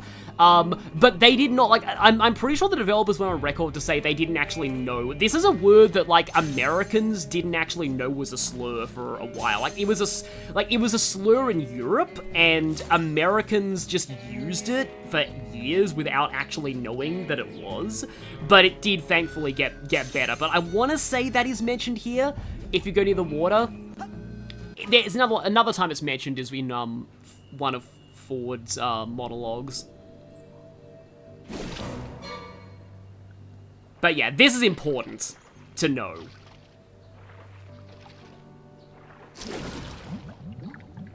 You have a water phobia? Me too! Huh? No. Well, yes. My family has this problem with water.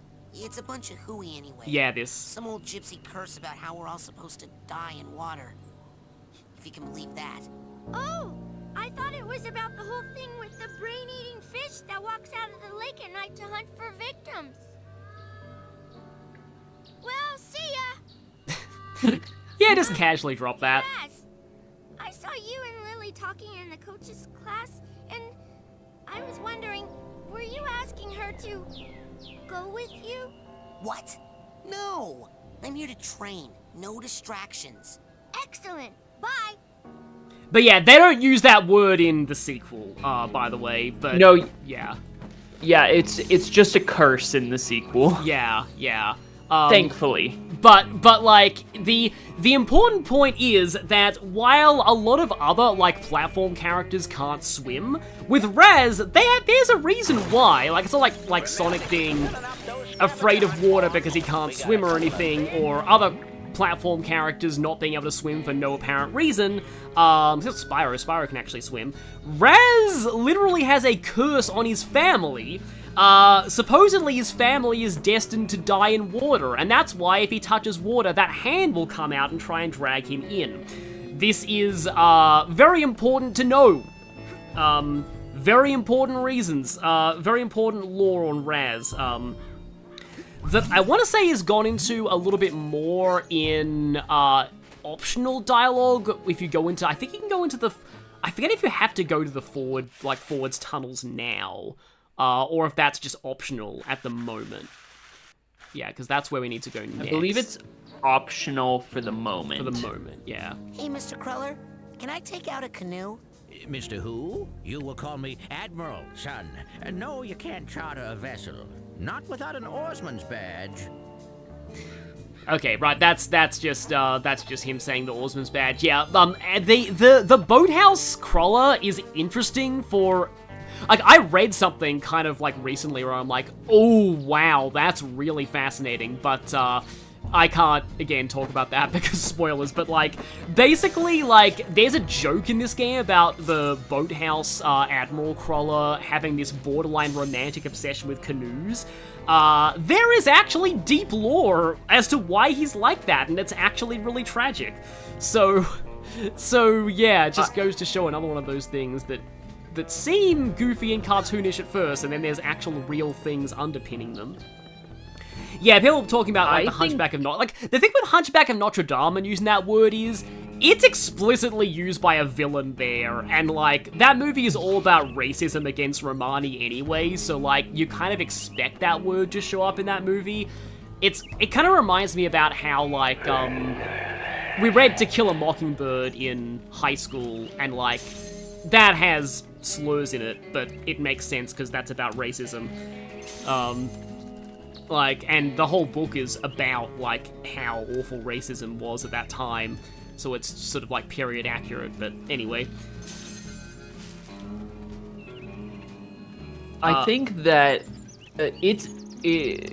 in terms of Hunchback, it's astonishing that Disney made that movie at all. Yes, exactly. And I know it's based on, you know, an actual story besides Disney, but it's astonishing that was ever made, but in Psychonauts, I think it's astonishing how much, not throwaway dialogue, but, like, how much, like, world building that when you play this game could have been thrown away, but they don't throw away into. Yeah. And they actually weave it together in a way that nothing in this feels, or very little of this feels superfluous. Yes. Like, they don't just, like, retcon a bunch of stuff for the sake of retconning it.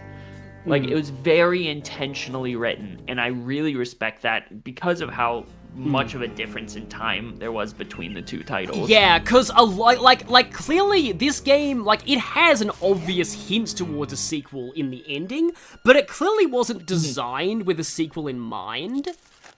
But they managed to spin a lot of details, minor details in this one, into really interesting plot threads in the second one, in ways that don't feel like they're retcons.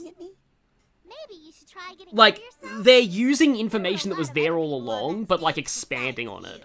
No. Yeah. Now, in the woods. No. It must have been something else. You don't smell like pond scum. Nice. You should write greeting cards. There was some sort of shadowy being out there. Lurking. Watching. I know of only one creature who fits that description. It likes to hide in dark places, silently watching unsuspecting children from a distance.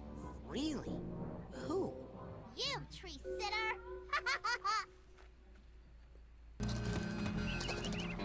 Yeah, so the overworld in this game is kind of like, I do feel like the Whispering Rock camp is a bit too big. I think that, like, it is an aspect of, like, the collectathon elements to this. Like, for example, there's this really big area if you go this way, I believe. And, like, there's... The overworlds in Psychonauts 2 are a lot better, in my opinion.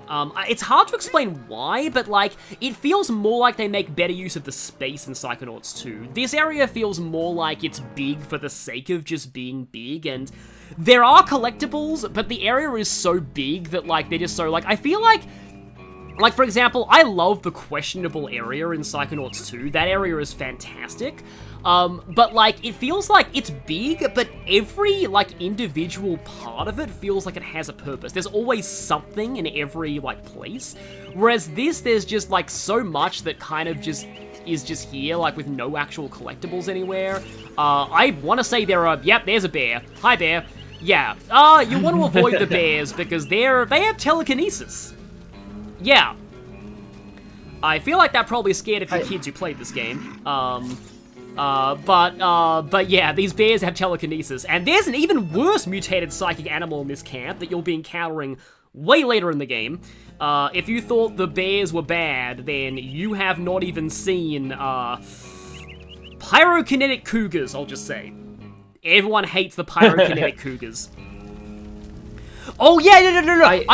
This is why I wanted to go here, okay? So, what you were talking about those details, I did not realize this was a thing. Look at this. This was in the first game. So, Otto Mentalis, Lucretia Mux, that is a younger version of someone we might have seen before. Helmut Fullbear, Bob Zanotto, Compton Bull. Oh, they must have planned for Dogen to have a famous family even back then, because Dogen's last name is definitely established here, and Cassiopeia. If you played the sequel, their portraits are accurate to what these people actually look like. And this was just something that Tim Schafer must have just put here on a whim, just being like, okay, let's just put these pillars here. Let's not explain what these are. Like, let's let people speculate on who these people are.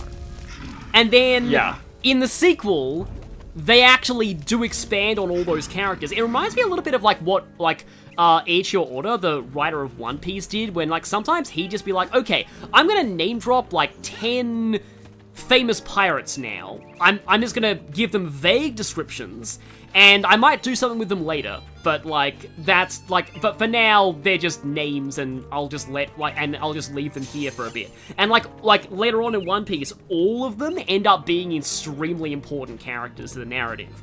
And it kind of feels, I don't know if this was, like, intentionally what Tim Schafer was doing here, but, like, this is actually... And yeah, as Shadow Palkia in the chat says, it is surprising that Lucretia's even there, but again, reasons. still, like, it's very, like, interesting the way that, like, because these were just names and pictures in this game. Like, there was no lore implications whatsoever. And this is exactly what, you know, you were talking about earlier, Thought Bubble, that, like, yeah, they took things from the lore. They didn't ignore any of it. They took things from the lore that they'd already established and, like, spun them into something really amazing. Of the GPC, where no one can hear you screaming. Yeah, and, like, I would agree that, like, in terms of, like, you were mentioning the space usage earlier, like, I think that this game compared to Psychonauts 2, I agree, the space is just too much, because there's not enough payoff for exploration. Yeah. Like, even if there are things littered about, the things that you find, like the psi cards and, like, the treasure hunts and the arrowheads, they just don't, the payoff doesn't feel good enough to, like, actually encourage me to explore everywhere, unless you want to do the 100%. Yeah. It's the alien guy up there. But I feel like also, like, they space out the NPCs a little better in Psychonauts 2's overworld as well.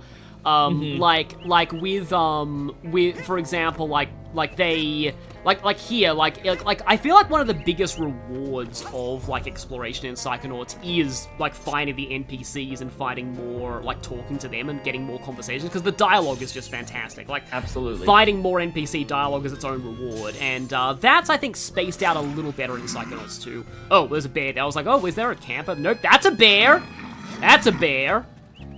They're invincible, by the way. Don't try fighting them. Just like, I suppose, just like in real life in areas with bears, yeah, don't try and fight the bear, just run. Oh, I believe this is a scavenger hunt item, but you need to find, like, a rock to put on that in order to get that skull. So yeah, the scavenger hunt is another thing that you can do. I forget what you get out of the scavenger hunt. It's probably just a few more ranks. Yeah, I think it's just, like, ranks and arrowheads. Yeah. Oh, the crow feather is funny. You can tickle. There are a lot of people who have very interesting reactions to being tickled in this game, including in the... I believe you can even tickle some of the mental figures in, like, the mental world. I actually, can you? I forget if that crow feather carries over to the mental world, but I had this vague memory that certain... I guess for people who know, you'll know what I'm referring to later, but, like, the G-Men, I want to say, I feel like they have very funny reactions to being tickled, but I could just be misremembering. I'll be honest, I don't think I've tried it. So I am not sure 100% whether or not it carries over into a mental world. I saw Nils peeking into a hole in the girl's cabin. I'm hiding. And I thought... Oh, Nils, when will you peek into the hole in my heart? Because you just see yourself staring back. Uh-huh. What? I mean, he'd see my new boyfriend James staring back, and he'd be furious at Nils. Who's Nils? Exactly. And anyway, there wouldn't even be a hole because James fills my heart till sometimes I think it's gonna explode. One time, I made someone's head explode. Okay. Maybe there's still a little hole. Actually, it happened 4 times. But James and I have each other now, and Nils is just gonna have to deal with it. Now they make me wear this special hat, so I don't have any more accidents. Are you even listening to me, Dogen? I hope so. Dogen is so great. I love how he just says, I'm hiding. Like his first thing of that conversation.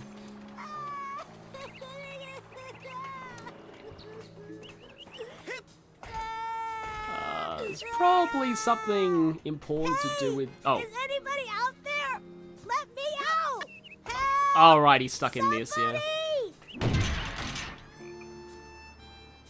Thanks. I thought I was gonna have to eat my own arm. What is this thing? Okay. It's a GPC, a geodesic psycho-isolation chamber. Oh man, cool! Cool? Do you have any idea what this does? Something cool? No.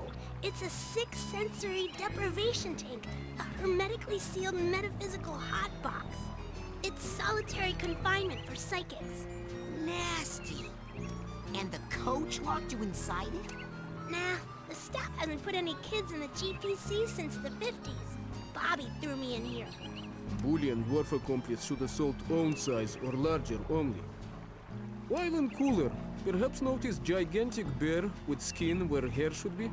I didn't see anything in there. That's the whole point. Just so. Empty now. Good luck, small ones. Hey, wait! I feel like there's some foreshadowing going on with that hairless bear thing, but I wanna... Oh, yeah.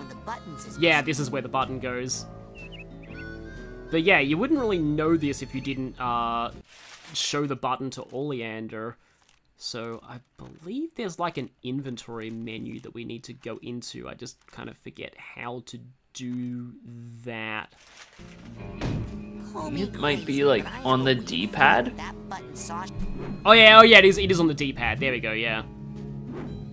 So yeah, D-pad and yeah. Yeah, the PS control, the PlayStation control. Oh, there we go. Sasha's button. Goes here. Yeah. So now we can put this on there.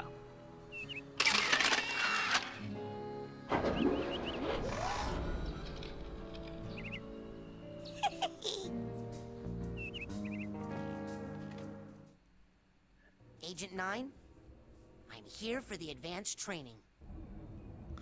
So I think before his actual world, there is what are we gonna short learn? segment. Bending spoons? Burning stuff?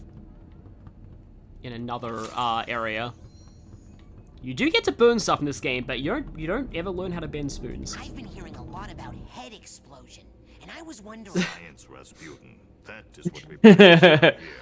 Not parlor tricks. If you are serious about exploring the possibilities of your mind, step up to the brain tumbler, and we'll begin. Brain tumbler? I like that he called exploding heads a parlor trick. Yeah. I don't know what parlor he goes to, but I don't want to go myself. Could you try it first? Step up to the brain tumbler when you're ready. So, what's this hairdryer thing do? Ah, you're ready for the brain tumbler. With this device, we will send you deep into your own psyche, where you should find unparalleled insight and power. Excellent. Tumble away. Now just relax. This will not hurt. Unless something really very bad happens. That's a good mantra to live by. This should not hurt unless something very bad happens. Wow. Is this what the inside of my mind looks like? Not yet. You're still traveling to the astral plane. This is a tiny corner of what we call the collective unconscious. Yep, Carl Jung. A place in which all of our unconscious minds are. You have just begun your training. Young reference. So many of the connections with other minds are still not developed for you. Many of the connections with other minds are developed. Raz has social links. The more you explore the mental world, the more connections you will form. Right now, the only unconscious world you can enter is that one, your own. Step through it, and we'll continue.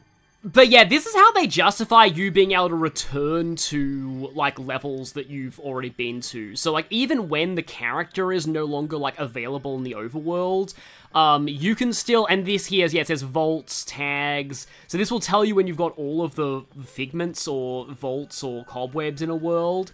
So this is basically your hub, your, like, platformer hub for the game. But it is a really nice use of, like, Jungian psychology, basically. It's like, you can't escape, like, Carl Jung, no matter where you go. Like, I've read some aspects of Jungian psychology that, like, I don't necessarily, like, agree with, but, it does make for a very good resource, like, for storytelling. It's a very good, source of, interesting stuff for, like, writing-wise. It's where I was born. I see. Yeah. I love Jungian psychology, not for... I don't see it as a factual accounting of psychology, but the ideas are so fun that I'm like, yeah, it's a good tool for writing and for stuff like this. It's not really based in, you know, fact, but it was like good ground building for where we got to in psychology today. Yeah. So there was a vault around here. I need to find that because it is important. I believe it's like Raz's mental vault. Where is it? I can't actually see it anymore. I know it was there. I think I saw it behind you. I saw it go by.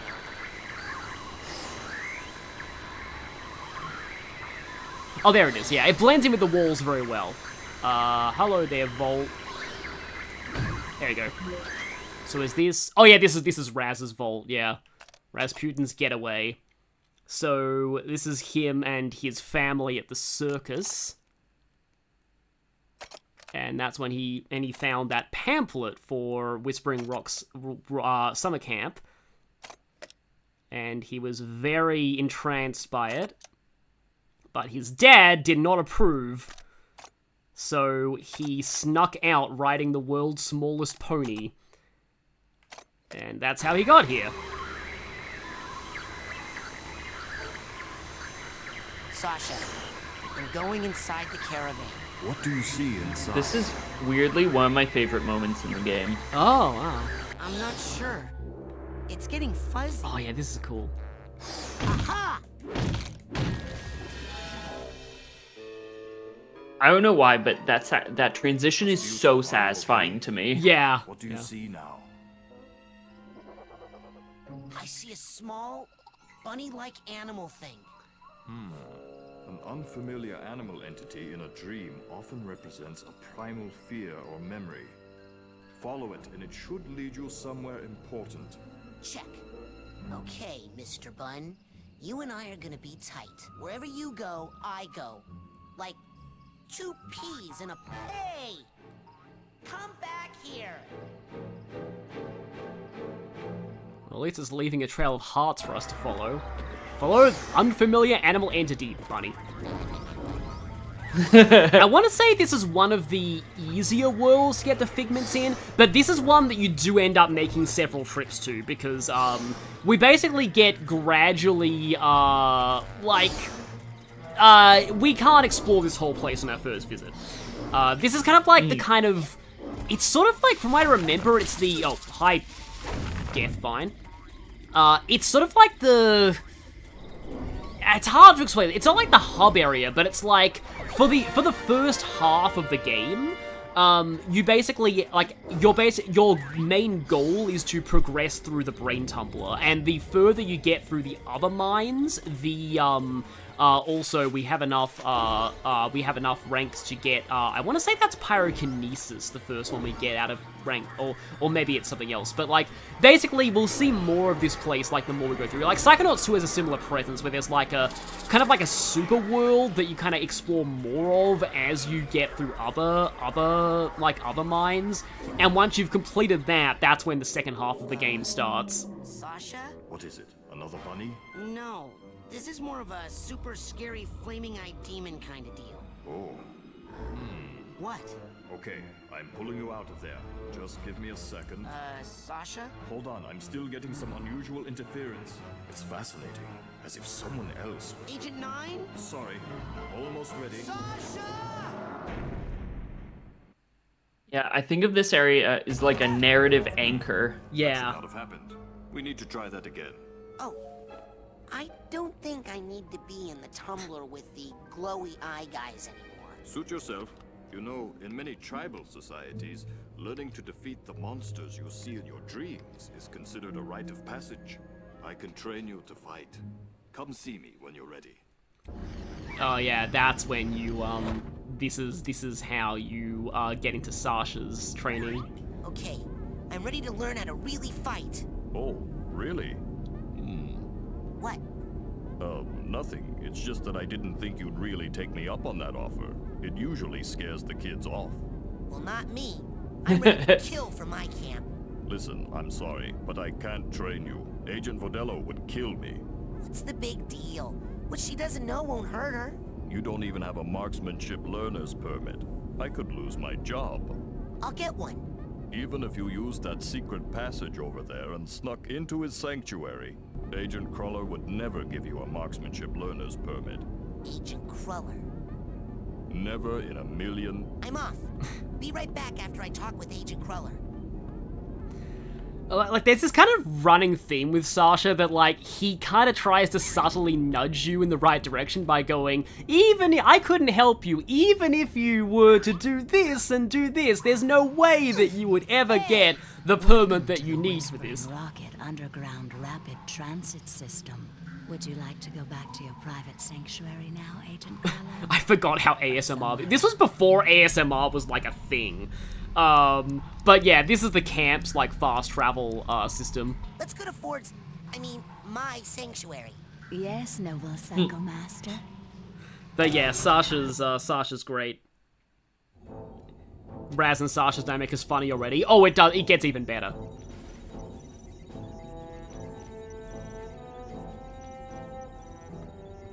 Wait, that's Nika Futterman? Isn't she, like, is she the one who's Maleficent? It's an honor to finally meet you in person, sir. I thought I recognized you in my dream, but I couldn't be sure. Now that I see you in your element, there's no doubt. You're Ford Crow. That's a Saj Ventress. The Psychonauts ever had. Well, you shouldn't believe everything you read in True Psychic Tales magazine. In recognition of your hard work, dedication, and mental agility, I'm proud to bestow upon you the official merit badge for Pyrokinesis. Okay, yeah, that's our rank 10 thing. Also, this song is great. But yeah, oh yes, it's Pandoran Kid Icarus Uprising. Okay, that's where I recognize the name Nika Futterman from. Like, yeah. Pandoran Kid Icarus Uprising is hilarious. And that game kind of has a similar sense of humor to this one. So this is like one of your kind of early attack skills, but it's kind of like, it's not like the most reliable one. Well, I thought you'd like to be in a familiar place for your first pyrokinesis lesson. Lesson? Shh, now think of something you'd like to burn. Ah, yes, I heard you were raised in the circus, but why would you want to burn all these happy memories here? If they were happy memories, I wouldn't have run away.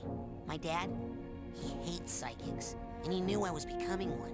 So all day long, he would force me to practice my acrobatics, hoping to distract me, or maybe hoping to kill me.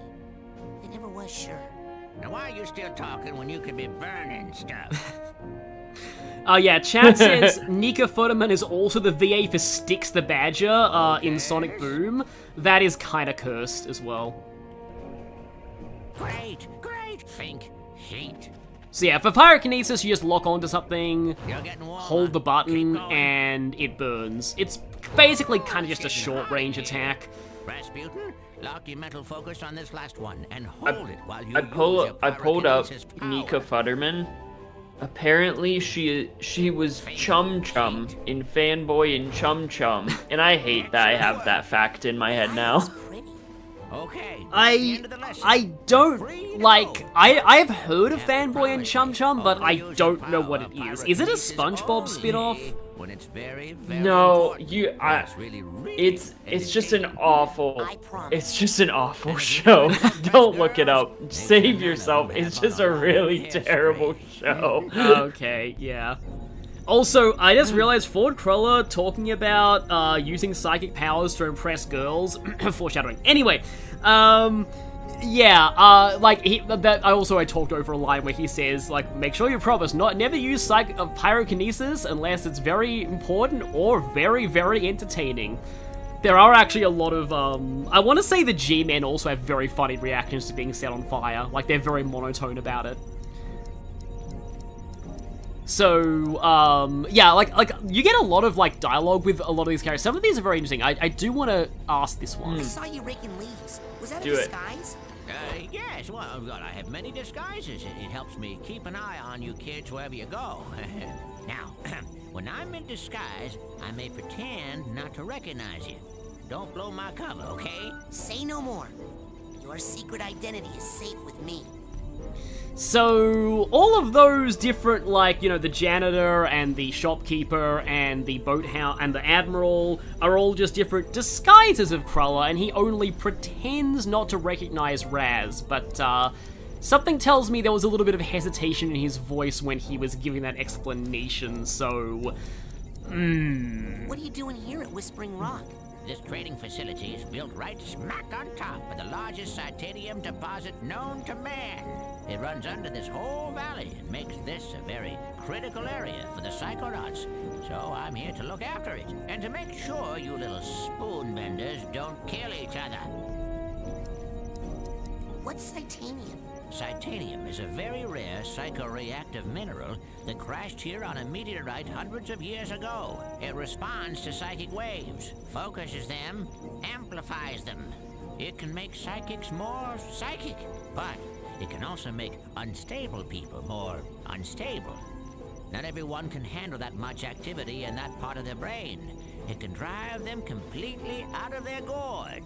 Gives this valley an interesting history. Yeah, there's more on that if you read the camp history as well. Yeah, as like I mentioned earlier, Ford Cruller is a fantastic character. If you're playing this on your own time, just ask him every single question. Like, it's great. But I do want to do this one because I want to make sure to get to the Sasha trading during, like, while you're still available for the stream. Sasha says I need to learn how to fight better. You want to teach you advanced combat on your first day? Yeah, I had a vision with a huge monster with yellow eyes and a big mouth full of gnashing teeth. Did it happen to spit anything at you? Yeah. I think it was like an old diving helmet or something. I see. Yes, well, we'd better get you armed. Why? What's happening? Nothing. Prepare your mind. That's the motto of the Psychonauts. Here, this is a marksmanship learner's permit. It will only work when you're in Sasha's mind. Once you complete his shooting range, you'll get the real merit badge and you can Psy-Blast anywhere you want. Thanks. Psy-Blast? Oh, you'll find out. Now get going. We can't have the camp overrun with big-eyed garbage-spitting monsters, can we? No, sir. Good philosophy to have. Good luck, Rasputin. Don't worry. I'll be right here with you. Inside your head. My head? Yep. I want to keep my eye on you, son, so I'm going to be a psychic stowaway inside your noggin.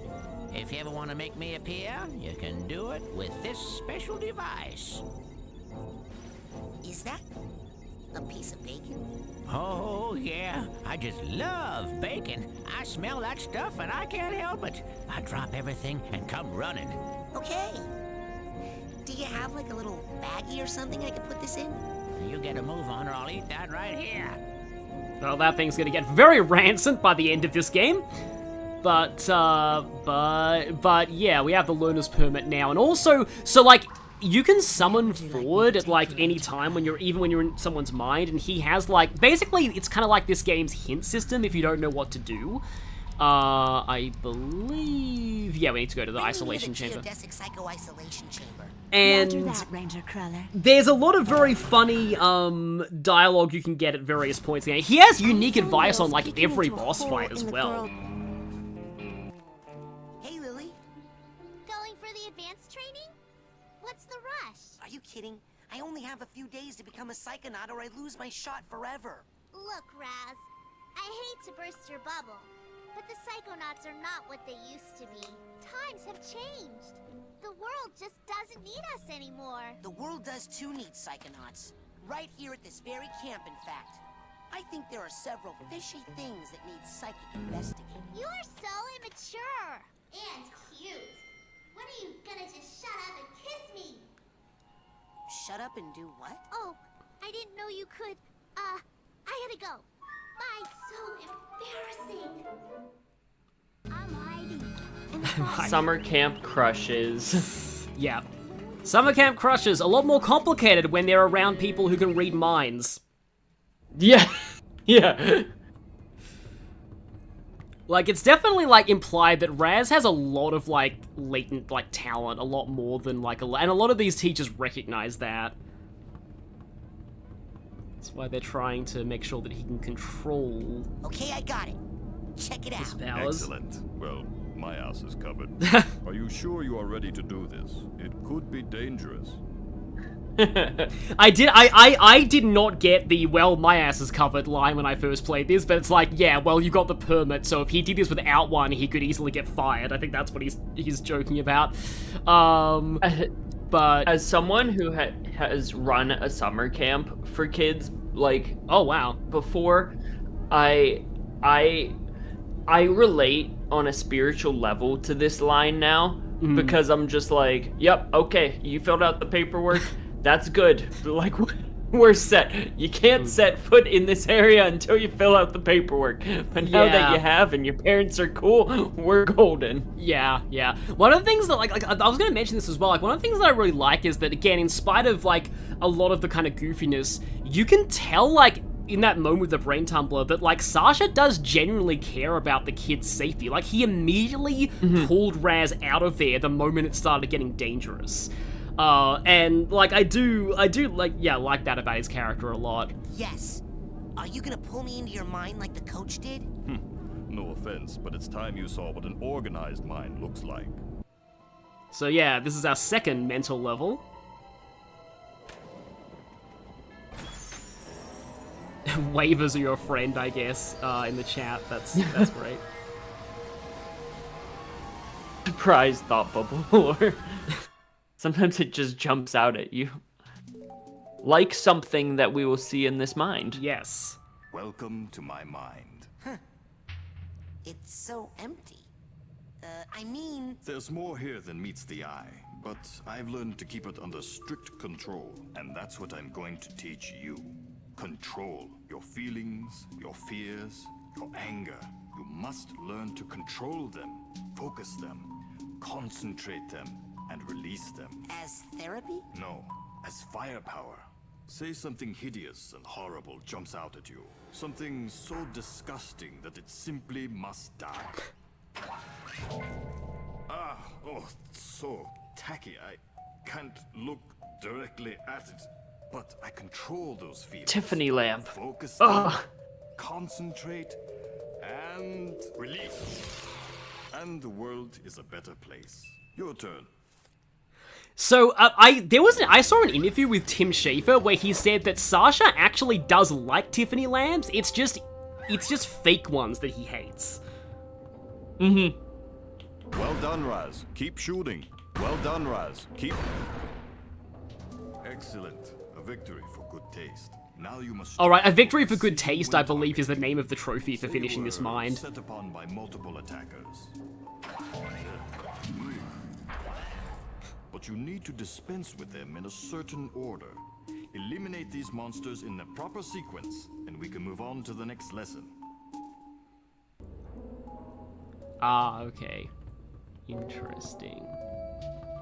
But that fact about him hating the fake Tiffany lamps, I did a video on this mind, and I didn't see that interview until afterwards, and so I, like, screamed into the air when I saw it, because I said something contradictory in my video, and I was like, no!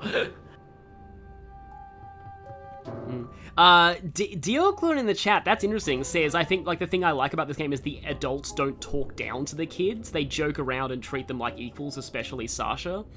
It's interesting because, like, playing this now, like, I really do feel like the way that the way this game handles, like, the idea of, like, teaching kids in a camp and, like, the way the teachers try and mentor Raz and stuff, it does actually feel very relatable to the experience of, like, both from the teaching perspective and from the kids' perspective. Like... Oh yeah, this is the lock-on system as well. I want to say, yeah, you can also dodge. This kind of style of, like, locking on to an enemy and being able to dodge in different directions, this is also very 2000s. Like, this is almost exactly like how things work in Ratchet and Clank, and kind of in Wind Waker, like Ocarina of Time and Wind Waker as well. But very anyway, Legend of Zelda coded. Yeah, because somebody in the chat said, I wonder how this series would handle a neurodivergent person. I don't want to, like, say, like, they're just my own headcanons, but I think a lot of characters in this series are already very neurodivergent coded. Because, like, that... And I'm sorry, I'm kind of stalling this for a bit, because this mind gets a little more interesting after this segment, and I'll have to talk about more, but, one thing I wanted to mention is that, like, that line from, like, the bully about, oh, he's gonna be in the special class, like, there's a lot of things about that I do feel are kind of relatable to neurodivergent people, and, like, the idea of, like, especially Raz's speech at the start, where it's, like, you have, like, a gift and other people see it as a curse and you're sort of shunned, like, by people, but like, there's a place you can go to find people who will actually understand and give you the education that you need with respect to, like, the kind of thing that you have. It does feel very relatable to me as a neurodivergent person, especially from, like, now that I remember from, like, my childhood, the way that, like, I was often treated in classes. Good. Again. Now then. No, yeah, I think that these games give a lot of people, like, a mirror to be able to look into, to see things that they might be able to align, whether it's through the campers or through the mental worlds or this, that, the other thing. And I think it's so good at doing that. Through your psyche, looking for thoughts that don't belong, hallucinations, manias, waking dreams. The sensors hunt them down and censor them out. Why do they come after me? I'm not a mania. Yes, but you are a foreign entity in my mind. You technically don't belong here. Yes, but I was attacked in my own head. Yes, well, the brain tumbler could be malfunctioning, or you could be insane. We'll test for that later. For now, blast it. So yeah, I stopped there because this is actually very interesting. The main enemy of this game are the sensors, which represent the kind of mental antibodies of a person's mind. Their job is to stamp out thoughts that don't belong. Unfortunately, because we are technically a foreign infiltrator into this mind, they are going to attack us. That's the spirit. I killed it. It was just a thought I was having, and it's not dead. It has just returned to its basic form, raw psychic energy. Go absorb it. It's good for your mental health. And that is really interesting as well, like the way they justify it. It's like, yeah, these things are just people's thoughts, and so they just go back into their base form. Energy, your mental health increases, but as you psy-blast, you expend your will to do damage. So be on the lookout for these small, dense clusters of raw psychic aggression. Absorb these as well to make sure you always have enough firepower. Now I'll leave the machine on for you, so you can practice. You have to blast 1,000 sensors to earn your marksmanship merit badge. Come back every day for practice, and you should have enough in as little as 3 weeks. 3 weeks? I only have a few days to earn all my merit badges and become a Psychonaut. Slow and steady wins the race, my eager young friend. Now practice, slowly and carefully. Oh, man. I believe they got rid of the ammo system in Psychonauts 2, or at least it's very different. I think it works on more of a cooldown system instead. I do agree that, like, it's kind of says something that I forgot there was an ammo system in this game, going back to it, so... I assume that, like, that's a good sign that a mechanic isn't particularly intuitive, so I'm kind of glad that they got rid of the ammo system. I want to say they got rid of it in Psychonauts 2. I believe they did. I believe it was a cooldown.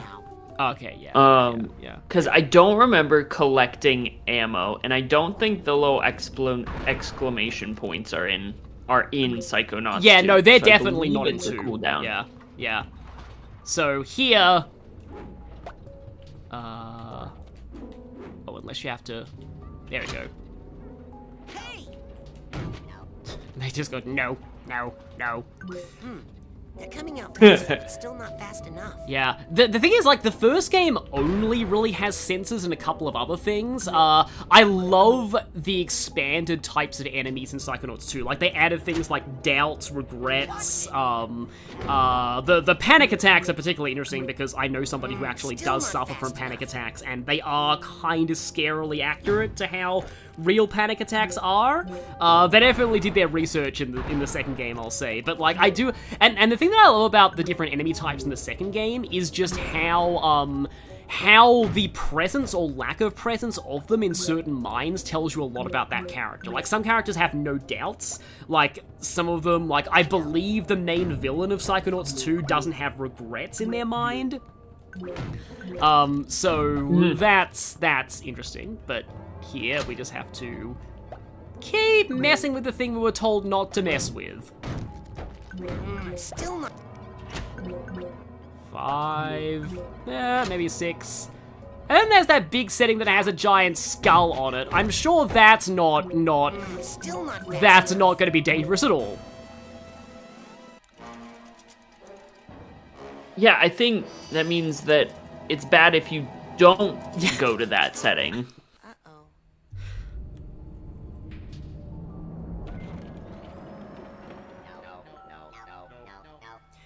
Nocturnal Decay in the chat says if you hate yourself, you can grind it out. What have you done? This is not control. This is chaos. I'll try to fix it. You stay here and keep the numbers under control. I love how it just jumps out of like a little window there. But anyway, I don't know if there's actually unique dialogue if you do kill 1,000 of them. Like, it seems like the kind of thing they would actually do in a game like this. Also, the music here is just going completely nuts. Like, it's very unsettling. But now we can explore this cube and get over here. So, the kind of, like, I mean, obviously, plugging... you have a whole video on this, on Sasha's shooting gallery as a level and what it symbolizes for Sasha, but, like... It's been a while since I saw that, but the way that I sort of see it is that this whole world is just a big cube all the time. And then once this valve is released, suddenly everything gets like suddenly all these things that were kept literally compressed are now overflowing all over the place. The implication being that Sasha is somebody who keeps himself very repressed, but that might not necessarily be healthy for him in the long term. Because when all this stuff comes out, you see this, you know, absolute chaos ensuing. And you also get the would have to agree. Crazy. Yeah. It's very interesting. Like, Sasha's very much that stereotype of that person who, like, fully just tries to keep themselves, like, always ordered and controlled at all times, and, oh, that's an extra life, but we already have 4 lives. Now, I remember when games had caps on extra lives? That was something, but yeah, that's our cap on, like, astral projections. And yeah, the way the music's just going completely, really just unsettling right now is, and that's why I said, like, before that, like, basic braining is just so, it's very different to this. So every single mental world is just very different, and they all kind of very uniquely represent the people that they, well, are representing. It's just such a cool idea for a platformer. Like, of all of the, like, yeah, I've seen a lot of games like Mario that have very creative level concepts, but you got something like this where it's just, like, everything is just so unique, and there's, like, this is why I like your channel in the first place. I love symbolism in, like, media. I love I really like to overanalyze every inch of things, and I like our Persona, like, it's why games like Persona is also something I really like, because every, like, dungeon is also symbolic of, like, the person's mental state that it represents. And then you've also got another one that I like, game that I like for that is Silent Hill, because all the monsters in the Silent Hill games also represent the characters' psyches, and various sort of, like, fears or traumas they have. Huh, I've never played Silent Hill. I didn't realize that. Oh, yeah, no, it's really cool and interesting. Yeah, honestly, you'd probably really, I mean, it depends on how good you are with horror, but, like, there's some of the few horror games I actually like because it's very, they're very psychological and very, like, there's a lot of symbolism, a lot of depth to it, and it's all very much rooted in, like, the character's own insecurities and traumas, and all the monsters are representing that. But anyway... first mental vault here. So, this is early memories from Sasha, it seems. But, yeah, implication is his mother passed away when he was very young. Note the lamp on the bedside table. Yeah, but again, a perfect showing of, like, how things that seem comical sometimes in this game actually have, like, darker explanations. Yeah, part of why he hates those fake Tiffany lamps is because he associates the memory with his mother's death. And then I love this one because I like the way the crib looks like prison bars. Mm-hmm. Like, it emphasizes just how, like, and he, like, given that it's still a crib with blocks, and also you can see these are the blocks we're climbing on in his mind as well. This must have happened at a very young age, but yeah, it's really sad. Like, I'm getting emotional at this, and I also love, again, how there's no dialogue, like, explaining it. You're kind of left to kind of feel what you want to about these. Like, it's never spelled out to you exactly what to think, which is kind of the beauty of having no dialogue. Yeah, and like I have always, like, that last frame always kind of struck me as, like, he is, like, such a small child internalizing this loss and can't really understand it, but those bars kind of, like, indicate, like, a separation from him and his father in that moment. Where they're on completely different, he's grieving, his father's grieving alone, and he's just kind of watching from behind the bars. Like, it's so interesting, like you're saying, like, telling a story without saying anything. Yeah. I want to say this bit playing here is kind of a leitmotif as well that I think it's the same one you hear when you go into people's minds, yeah. Good, Mm-hmm. well, you got them all. It's just, yeah, I really want to have to praise the composer of this, and also, like, Sly, because it's just, like, it's less obviously flashy as, like, say, JRPG music, but it really, like, it's incredible, like, in its own way, and it really fits, like, the situation. I just realized that, yeah, it's a more, like, off-key, crazier variant of the music that plays when you enter someone's mind. Like, it's a leitmotif. It's just, yeah, I only kind of just realized that playing this now. Oh no, you close one leak down and another springs up. Well, come on, we've got to take care of these too. And yeah, even, like, the symbolism mentally for, like, the fact that sometimes when you try and just plug one, you know, worrying thought you have, another one will just spring up. It's just oh, that's a shooting sensor, it looks like. But yeah, like we're really getting into now, because, like, basic braining itself was very well basic. But here we're really getting into the actual more, you know, mental health aspects of this game that, again, they're pretty, like, they're not, like, it's not like the game, like, actively draws attention to it too much. You're kind of left to think about it yourself, but it is, it is very, very fascinating to me, just, like, getting into this and seeing more of this kind of thing.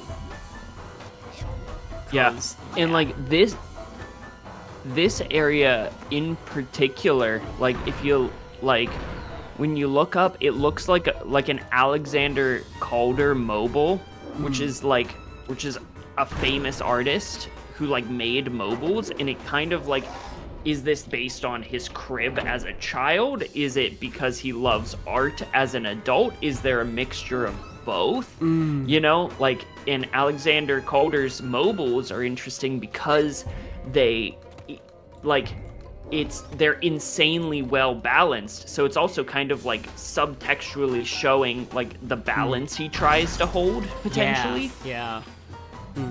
Also, Talfurus in the chat, having to take shelter because of a tornado. Yeah, well, I really hope everything's okay for you. Like, seriously, don't feel pressured to keep watching, like, the stream if you need to. Your health is way more important. Please take care. But yeah, also, Phantasm Iris in the chat, love how this place looks. Yeah, I really like how this looks too. It's just so, like, and every world is so different as well. Like every character has a completely different looking mindscape. It's such a creative game. Always reminds me a little bit of how, me and Thought Bubble recently played a bit of, I forget what these things are called. They have a name, but they run into and explode. But yeah, we were playing, there's a new game by Double Fine, like the same studio that made this one, like that's in a demo called Kiln, and that's also like super, super creative. Like, very interesting concept. It had like an open beta recently that was very, very fun. You've got a video of like a stream of you playing the open beta on your channel, and it's just, yeah. It's like, Double Fine is just such an interesting, like, they did Brutal Legend, which is all about, like, making a game out of, like, heavy metal culture and heavy metal, like, covers. It also has Jack Black in it, which is a plus, but, like, if ever there was a studio that makes games that are, like, the absolute antithesis to AI, it is Double Fine. Like, these are, like, the most anti-AI games of all time. Like, AI could never come up with this. No, absolutely not. And I think you said that while we were playing Kaon, and that, like, that really stuck with me, because I was like, you're so right. Like, this is born and bred from pure human creativity with Kaon, because it's such a strange idea, and Psychonauts, where it's such an interesting and strange take on the human experience that still hits that reality. Oh, those things are called personal demons, okay. Oh, so, yeah. Because I guess they are, like, one of those things, but I do really just grinded right into you there. Some of these sensors have, take more hits to take down. I know there are, like, giant sensors later on. Hello there. Yeah, everything here can kind of, I don't mean, this might be, like, over-analysis, but, like, obviously you can never analyze these worlds too much. It's making me think that, like, the fact that the enemies in this world can, like, get to you no matter where you try and run from them as well, even though you think you can, like, control everything, it does feel very, also indicative of, what's going on here. Now, I hope I didn't miss any vaults there. I don't believe so. I think the last one. Oh yeah, there's one more here. Oh yeah, Moon Knight Productions. It is implied that his family are shoemakers, or like at least were when he was growing up. So it's cool that you can actually see that from the Figments imply that as well. I think. I want to say the last vault is here, because I definitely want to get the other vault, because the other vault's important too. Yeah, I want to say it's close to the top. There's also bits of, it's a classical song that's part of this music, but I can't for the life of me think of, and I'm embarrassing because my father is a composer, so I should know this, but it's the da da da da da da da da. It's like that. There's bits of that in this music, but I forget exactly what classical song that is. Okay, there's a guess it's not up here. Or maybe there's another, like, I seem to remember there being one, like the first vault was pretty obvious. I want to say the second vault's also pretty obvious in this world. I believe it, yeah. I don't remember them being... It's been a minute since I've played, so I don't remember exactly where it is, but I don't remember it being, like tricky. Or blocked off. Yeah. Yeah, I think I remember them being fairly obvious. That's it! I completely blocked off all of Sasha's sensor outlets. I can't wait to tell him. Young man, I hope you have learned a lesson here today. Yes, I have. That shooting things is fun and useful. No, that once you lose control of your own mind, it's very hard to get it back. Yes, one's thoughts must be 100% controlled at all times. Well, no. Actually, if you try to completely suppress your undesirable feelings, they'll build and eventually explode. Oh, so, what would happen if you were to, say, completely block off all your sensor outlets? Well, there would be a buildup of sensor energy within that would, eventually... Run, Rasputin.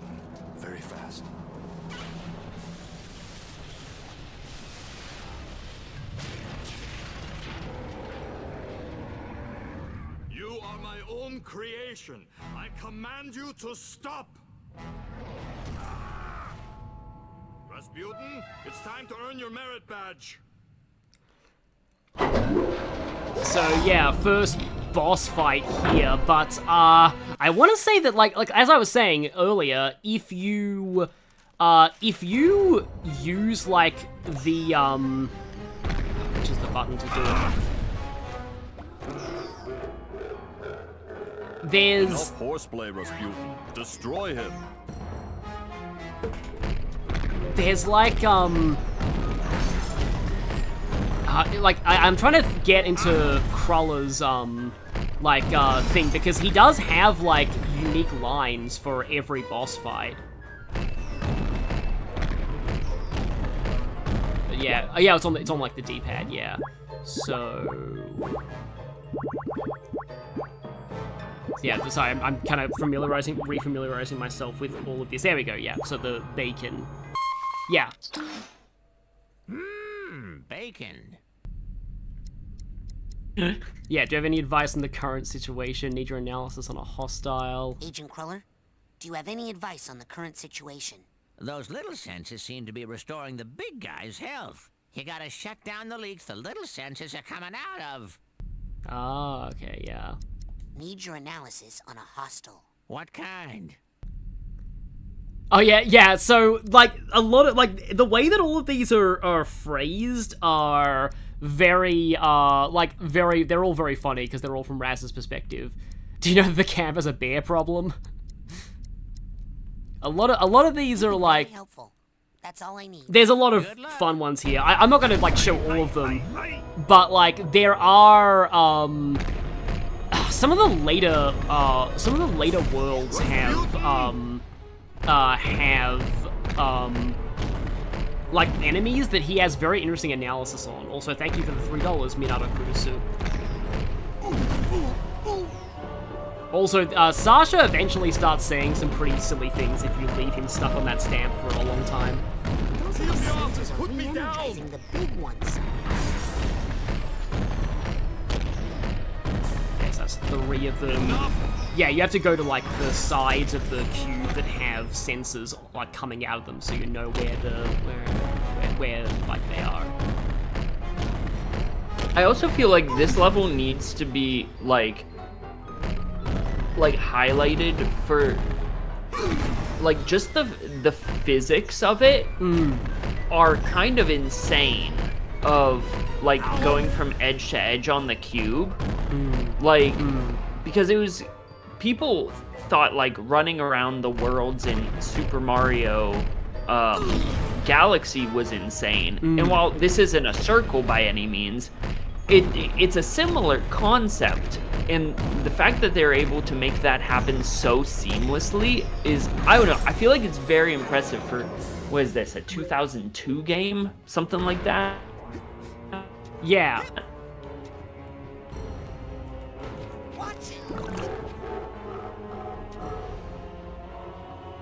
Oh, it's 2005, pardon. But still.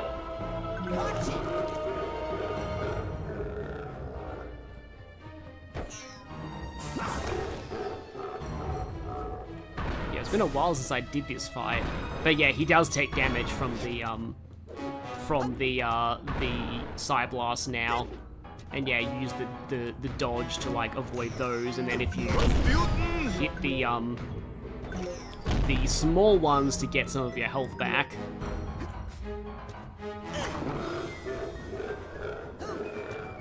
I think I accidentally switched my the Psy Blast over to like a really inconvenient button. Now both the lock-on and the blast are on the same thing. And also, pyrokinesis does not help very well here, because it requires time to actually get it going. Yeah.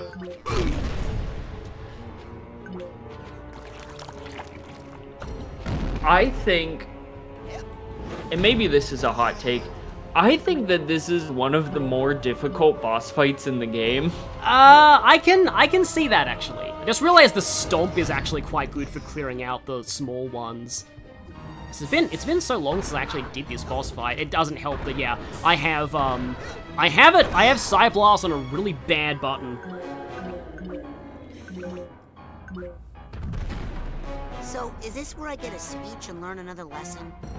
No, here's your merit badge. Let us never speak of this again. So yeah, that's actually it. That's the end of that one. And that big monster is what happens when you repress things too much. Yep. See, again, it bottles up and just explodes out. Yeah, it's just the mental themes of this game. Yeah, there it is, victory for good taste. You probably might not be able to see that, because I want to shoot more things. Yeah, I don't think the stream might not capture that, but I just got the achievement for that. Let's just go back into yours, huh? Step up to the brain tumbler when you're ready. So yeah, now, you get to go to the next segment of the brain tumbler, which now might be a good time to like stop the stream, because that was a big, unless I can go back in and try and get that vault, because that second vault with Sasha is definitely it does say a lot. Yeah. Time to face my big diving. Yeah, I'm interested in seeing the second vault. Yeah, I'll see if it lets me go to the collective unconscious and go back in there. Because there's also there's some very interesting dialogue that you get if you do go back into Sasha's mind after you finished it the first time. Because I want to say this is, Sasha's shooting gallery. So you can go back in here. Oh no, what are you doing back in here? Practicing. Oh, would you like to run the course again? Yeah, run the course? But all that sensor overload stuff, that was an accident. Oh, Raz, I knew you were going to overload that switch. I would have done the same thing at your age. It was all arranged to make you an expert fighter, and it worked. Now, if you'd like to run the course again, just shoot the controller on any given face. To close that face up and open another, shoot any sensor valves you see. Fair enough? Even the part where the giant sensor had you on the stamp? Okay, that part got a little out of hand. We won't be seeing him again. So yeah, he actually knew that Raz was going to overload that valve. Like, everything was planned except for the giant sensor at the end. That was the one thing that he didn't plan for. So, yeah, but it is you'll only find out that detail if you go back into this mind after you finish it the first time. Yeah, I think it's here, and maybe it's on a different side of the cube, because I think that might have been a thing. Okay. Like, not on the area where the shoe stuff is, but like on a different side of the cube, like a barren side. Oh, right, yeah, now I remember. The vault is actually on. You have to check out another side of the cube while another thing is active. Yeah, that explains it. Okay. Yeah, yes, there it is. Yeah. Because, like, I was trying to figure out, because I was like, I swear it was during the shoe thing, but it wasn't there. Yeah. But okay, now, so yeah, this is the second vault. So Sasha's second sight. So yeah, this is when, he was helping his dad in his shoemaker's shop. So he wanted to know more about his mom. But he can actually probe into his dad's mind and find out about her that way. Good memories. Memory he didn't want to see. Yeah, so turns out reading your dad's mind to find out what your mom was like, probably not a good idea when you're a kid. And then it's implied that he couldn't really be around his father again after seeing that. So yeah, that's pretty heavy stuff. I didn't fully get the implications of that when I first played this, but yeah, now I do, and yeah, that's interesting. But that would be quite literally traumatizing as a child. Yeah, mental scars. Yeah. So what? And it could relate to why he kind of keeps himself so repressed now. Potentially, it's like in general, the camp counselors. The implication with them is that they they have, like, they're more in, like, control of their minds than, also use this to get out. And these things smell. Yes. Once you're in one, yeah. But, like, it's implied they're more in control than, like, some other characters we will be meeting way later in the game are, but that's not to say they don't have their own personal traumas and the like. It does explain why his mind is so regimented and controlled. Even when chaos erupts, it's controlled chaos that he's fully in control of, sans the big sensor. Yeah. That was kind of an unexpected side quest for him. But like, even when there's chaos, he's able to keep it under wraps so that people don't see things they're not supposed to see. Yeah. And he's really in control of himself and balanced, throughout. And I really like that about his mind. Yeah. It's really, like, it completely reframes things when you go back in and find out all of the chaos, again, except for the giant sensor, was completely planned.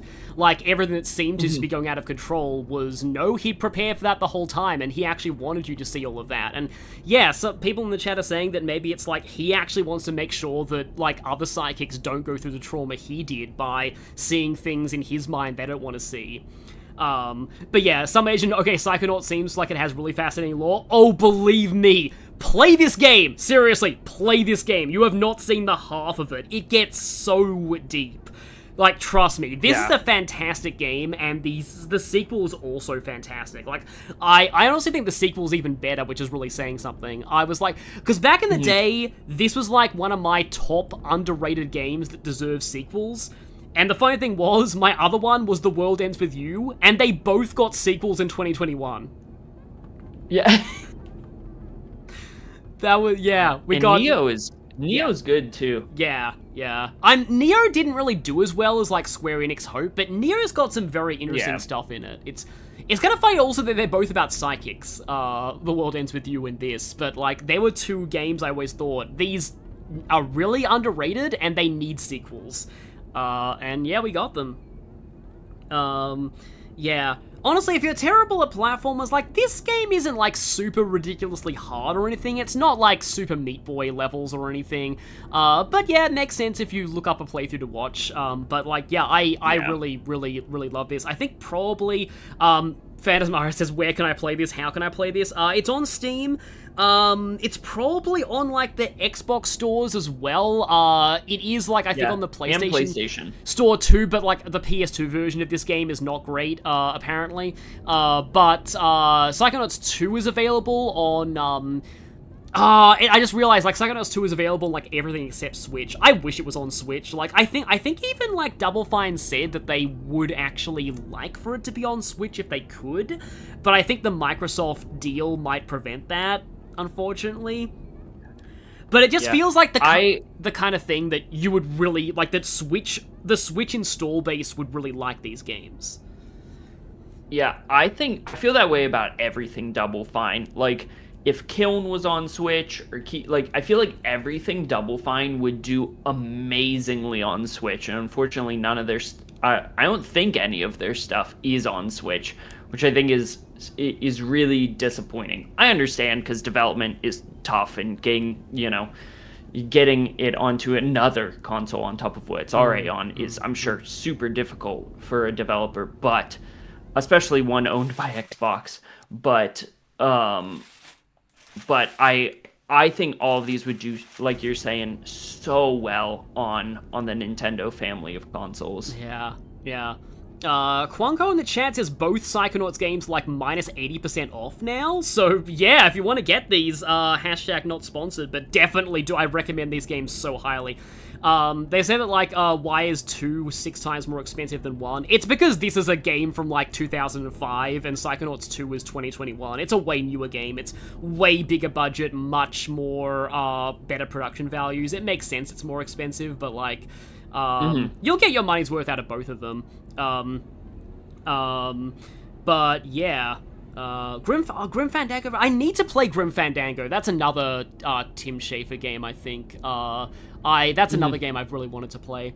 But anyway, I do feel like now's probably a good time to stop, because, like, when we go into the Brain Tumbler again, it's going to lead into the next, like, kind of segment of, like, the story.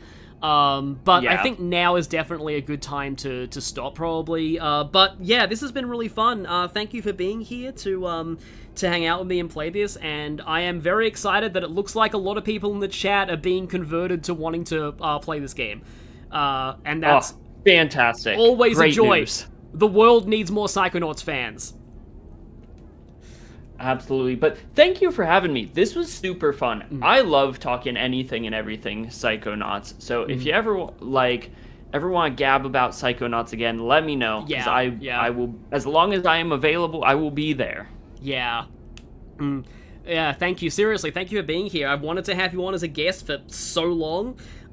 So yeah, thanks for being here, and I'm looking forward to what you do next on your channel, and yeah, so thank you everyone for this. Will we see more Psychonauts streams in the future? We'll see. Lately I've had this weird thing where I promise things as a one-off, and then, like, they turn into not one-offs, because that happened with Path of Radiance.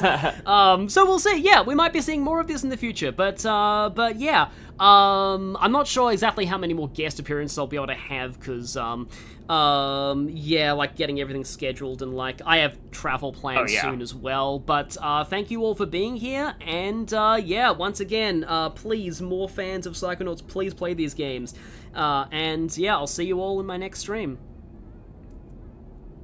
Have a good one, everybody.